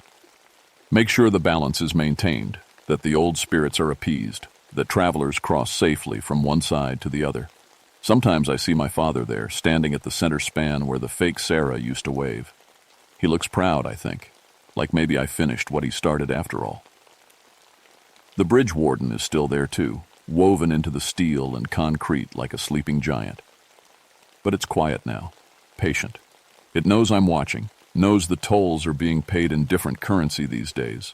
Respect instead of blood, understanding instead of fear. Yesterday, Sarah brought her new boyfriend to meet me. Nice young man, engineering student like I used to be. They're planning to drive across the bridge on their way to Virginia Beach for vacation. Be careful out there, I told them as they were leaving. Pay attention to the road signs. Respect the places you're traveling through. Sarah laughed and hugged me goodbye. We will, Dad. Love you. Love you too, honey. After they drove away, I walked out to my usual spot, overlooking the gorge. The bridge stretched across the valley like a steel rainbow, carrying traffic safely from one world to another. Cars and trucks crossing over sacred ground, their drivers never knowing what ancient agreements keep them safe. That's fine. Some knowledge is too heavy for ordinary folks to carry, but someone has to remember. Someone has to stand watch. Someone has to make sure the tolls get paid, one way or another. My name is Marcus Ironbridge, and I've been a bridge guardian for 49 years now. It's not the job I planned to have, but it's the job I chose.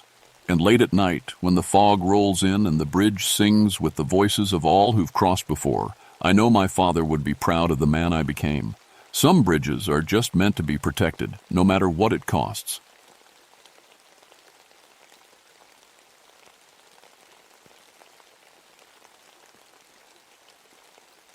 My name is David Blacklung, and I never thought I'd go back underground again. For 18 years, I worked these mountains as a forest ranger, clean air, open sky, trees instead of tunnel walls. But before that, I spent my whole life in the coal mines, just like my daddy and his daddy before him. The black dust got in my lungs, made me cough up blood, and nearly killed me. That's why I left the mines in 1955 and never looked back. Until today.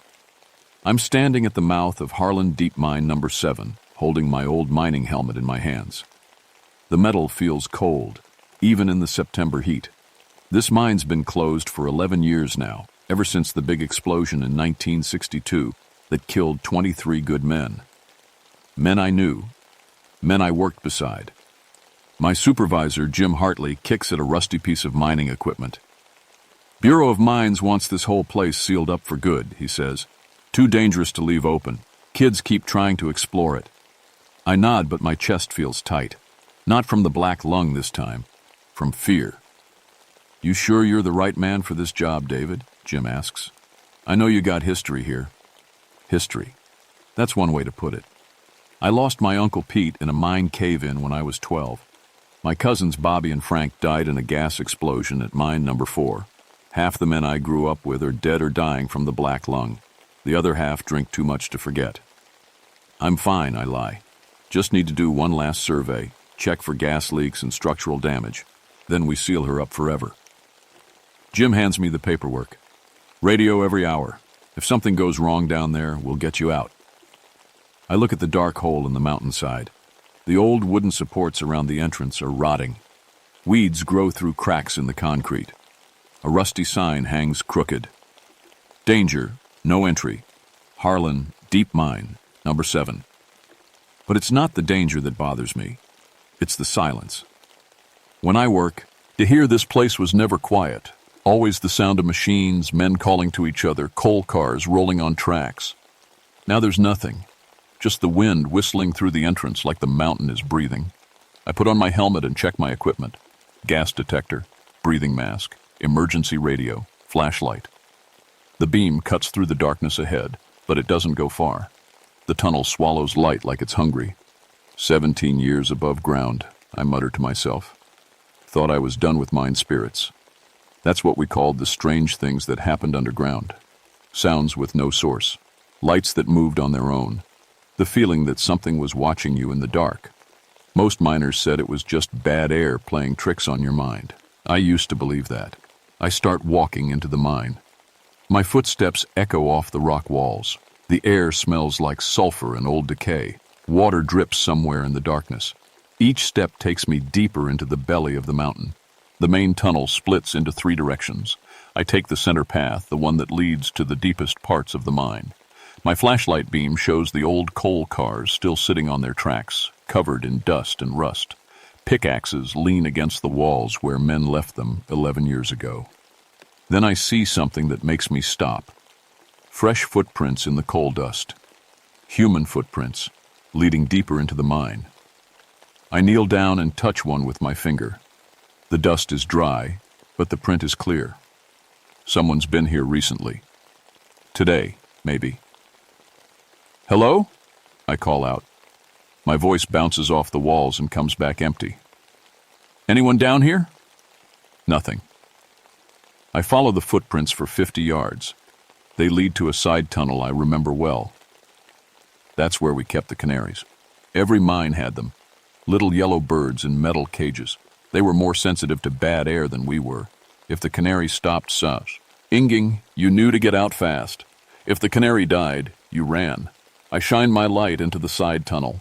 The cages are still there, dozens of them, hanging from hooks driven into the rock. Ceiling. But that's not what makes my blood run cold. The canaries are still in the cages, dead for 11 years, but perfectly preserved.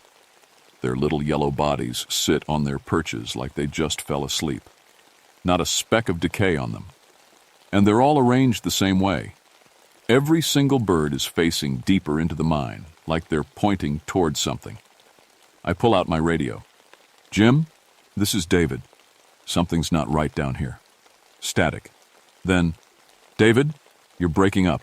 Say again? I said something's not right. There are... The radio goes dead. Just static, then silence. I try again. Nothing. A sound echoes from deeper in the mine.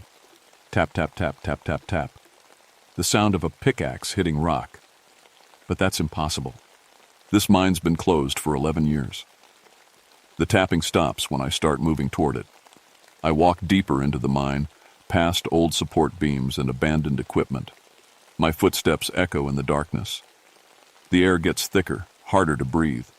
I put on my breathing mask, but it doesn't help much. The tunnel slopes downward. I remember this part. We called it the drop because it went down fast toward the deepest coal seams. The walls here are different. Black coal mixed with gray rock. Water seeps through cracks and pools on the floor. My gas detector starts clicking. Not the steady beep that means danger, but random clicks like it can't make up its mind. I tap it with my finger. The needle jumps all over the place. Come on, I whisper. Don't fail me now. More footprints in the dust.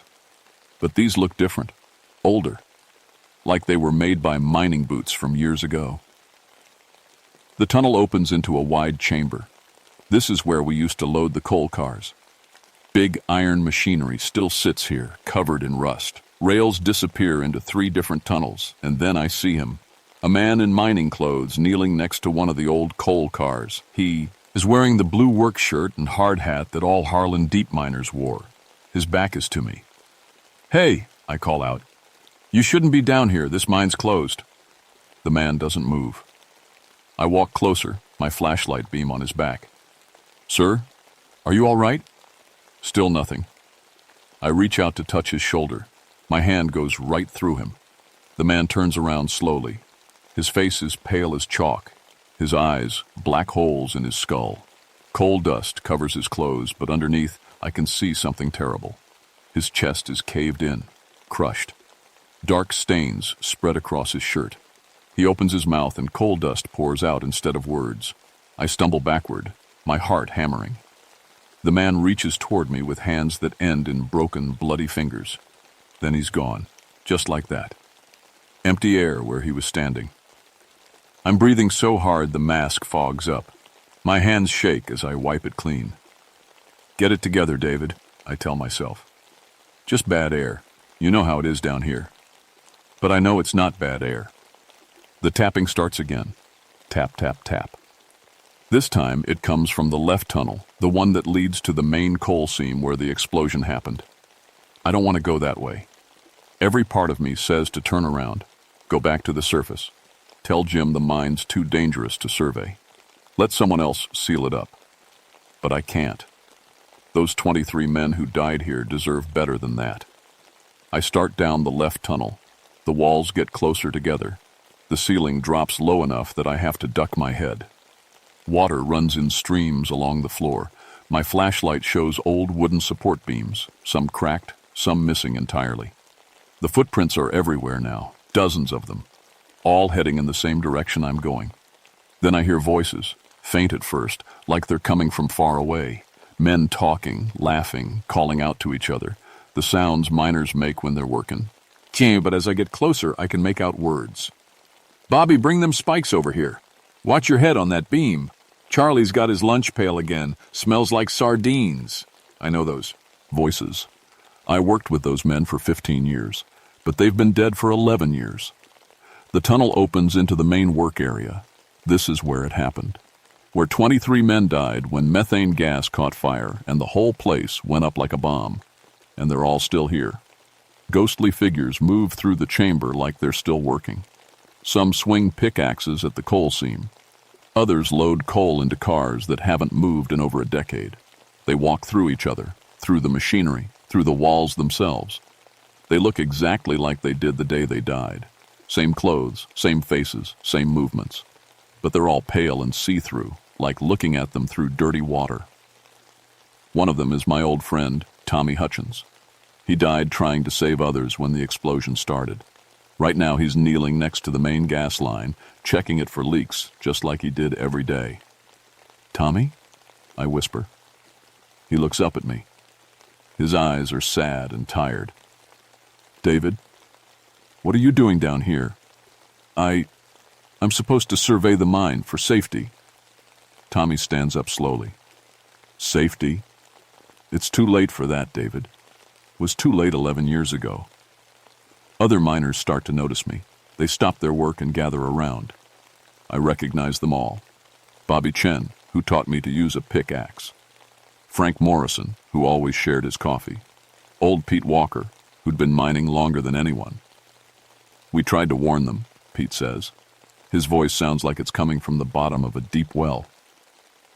about the gas buildup, about the bad ventilation. But they wouldn't listen.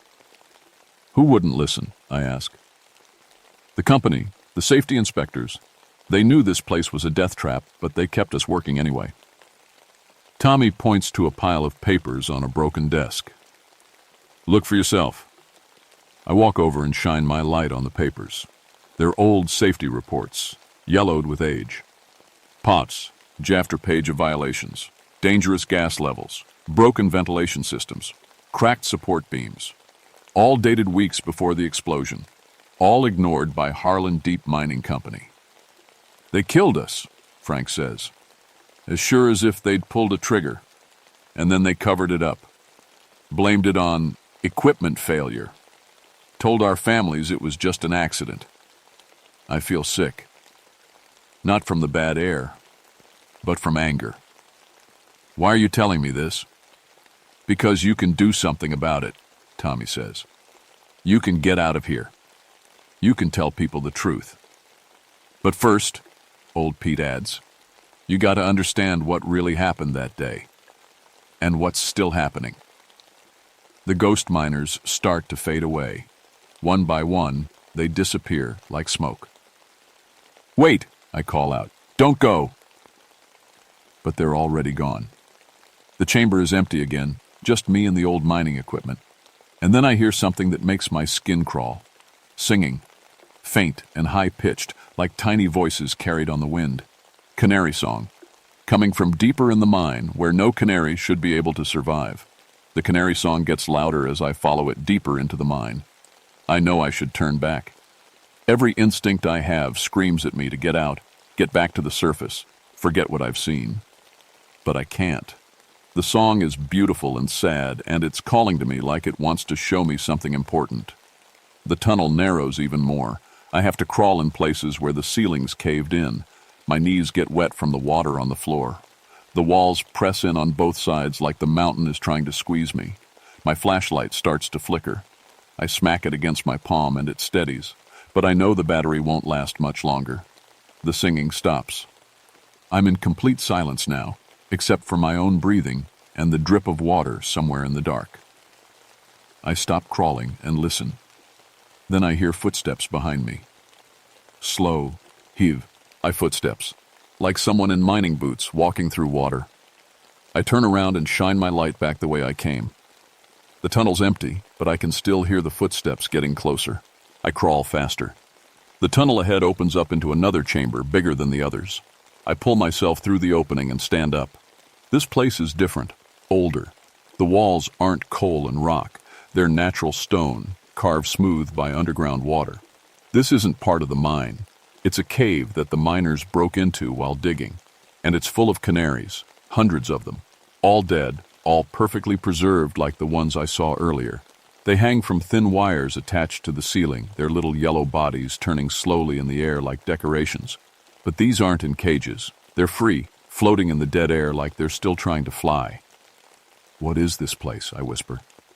The heart, says a voice behind me. I spin around. Tommy Hutchins stands at the tunnel entrance. But he looks different now, more solid, more real. The heart of what? I ask. The mine. This is where it all starts and ends.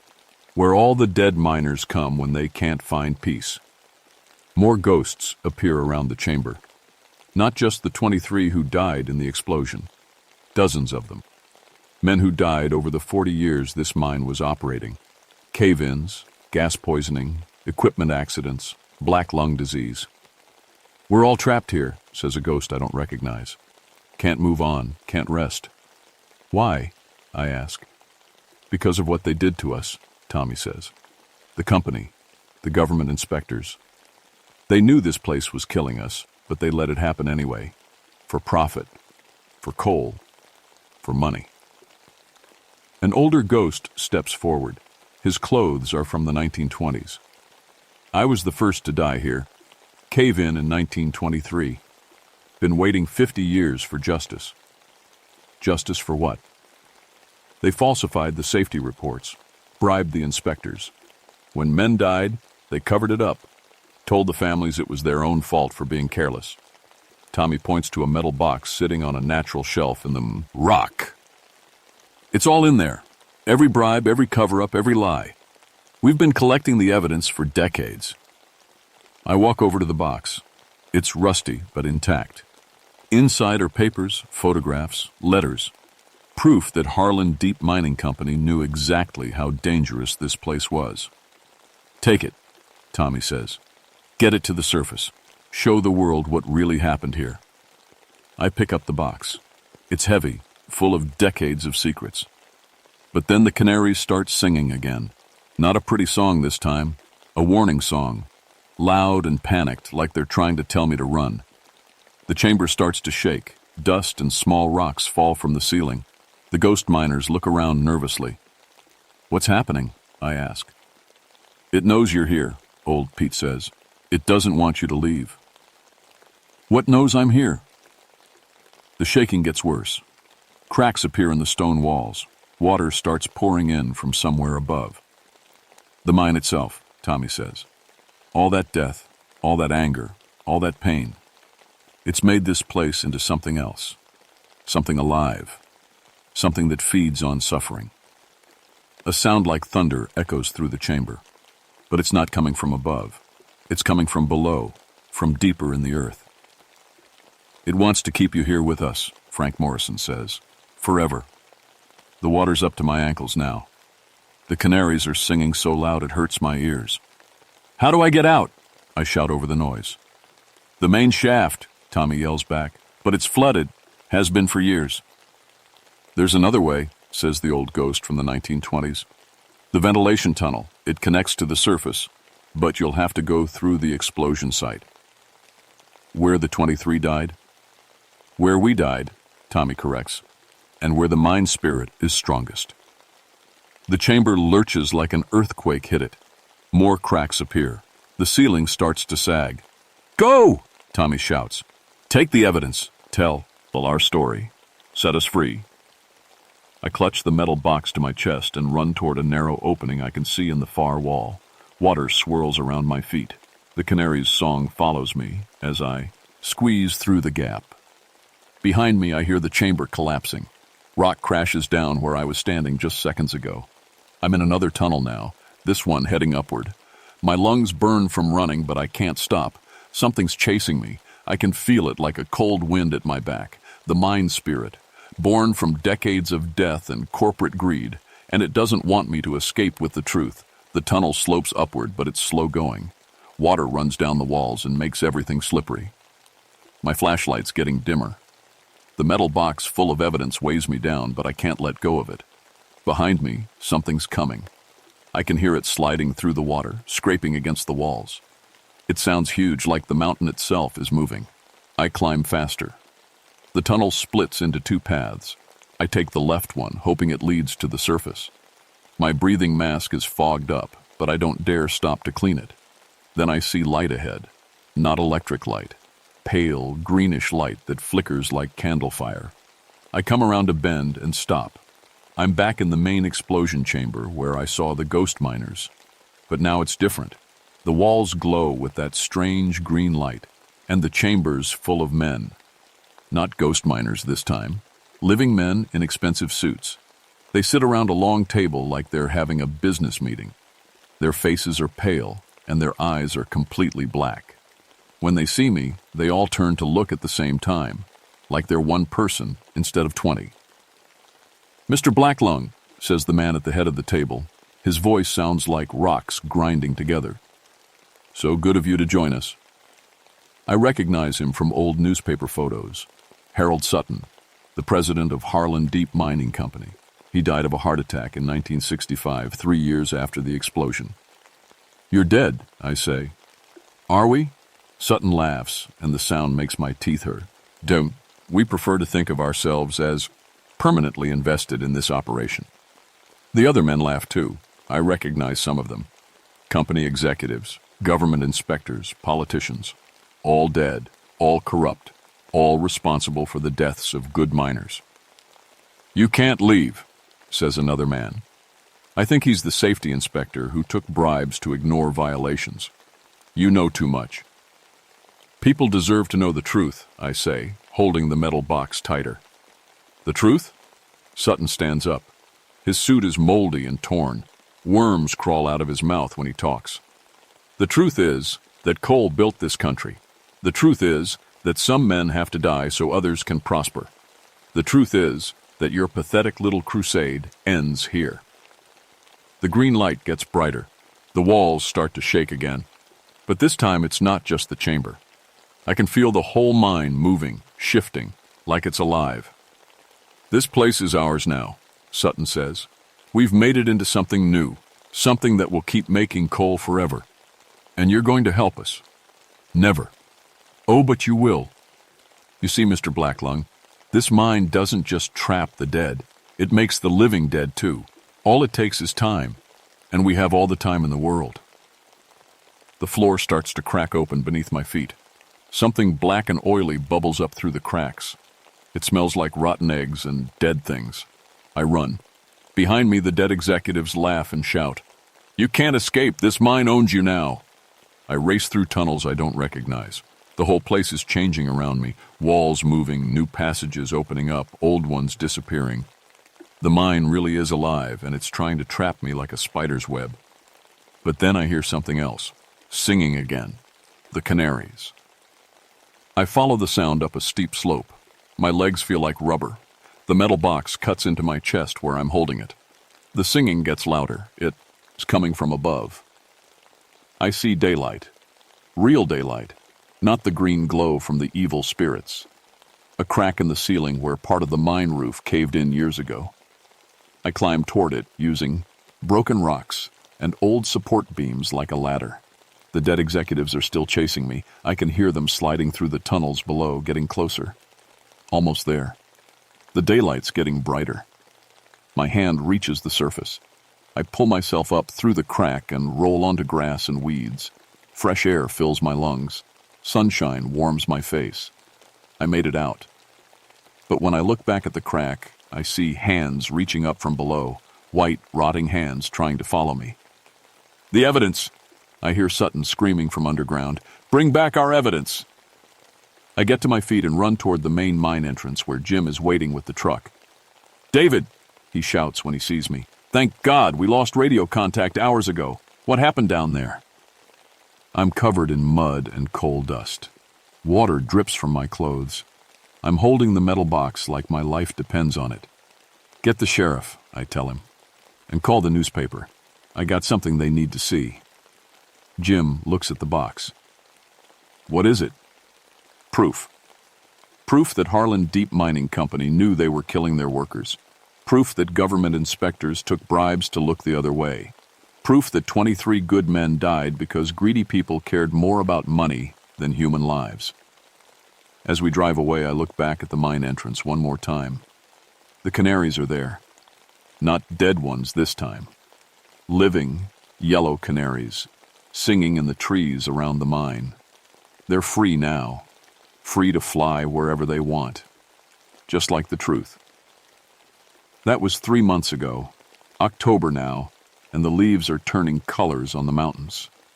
The story made headlines in newspapers across the state. Mining company cover-up revealed.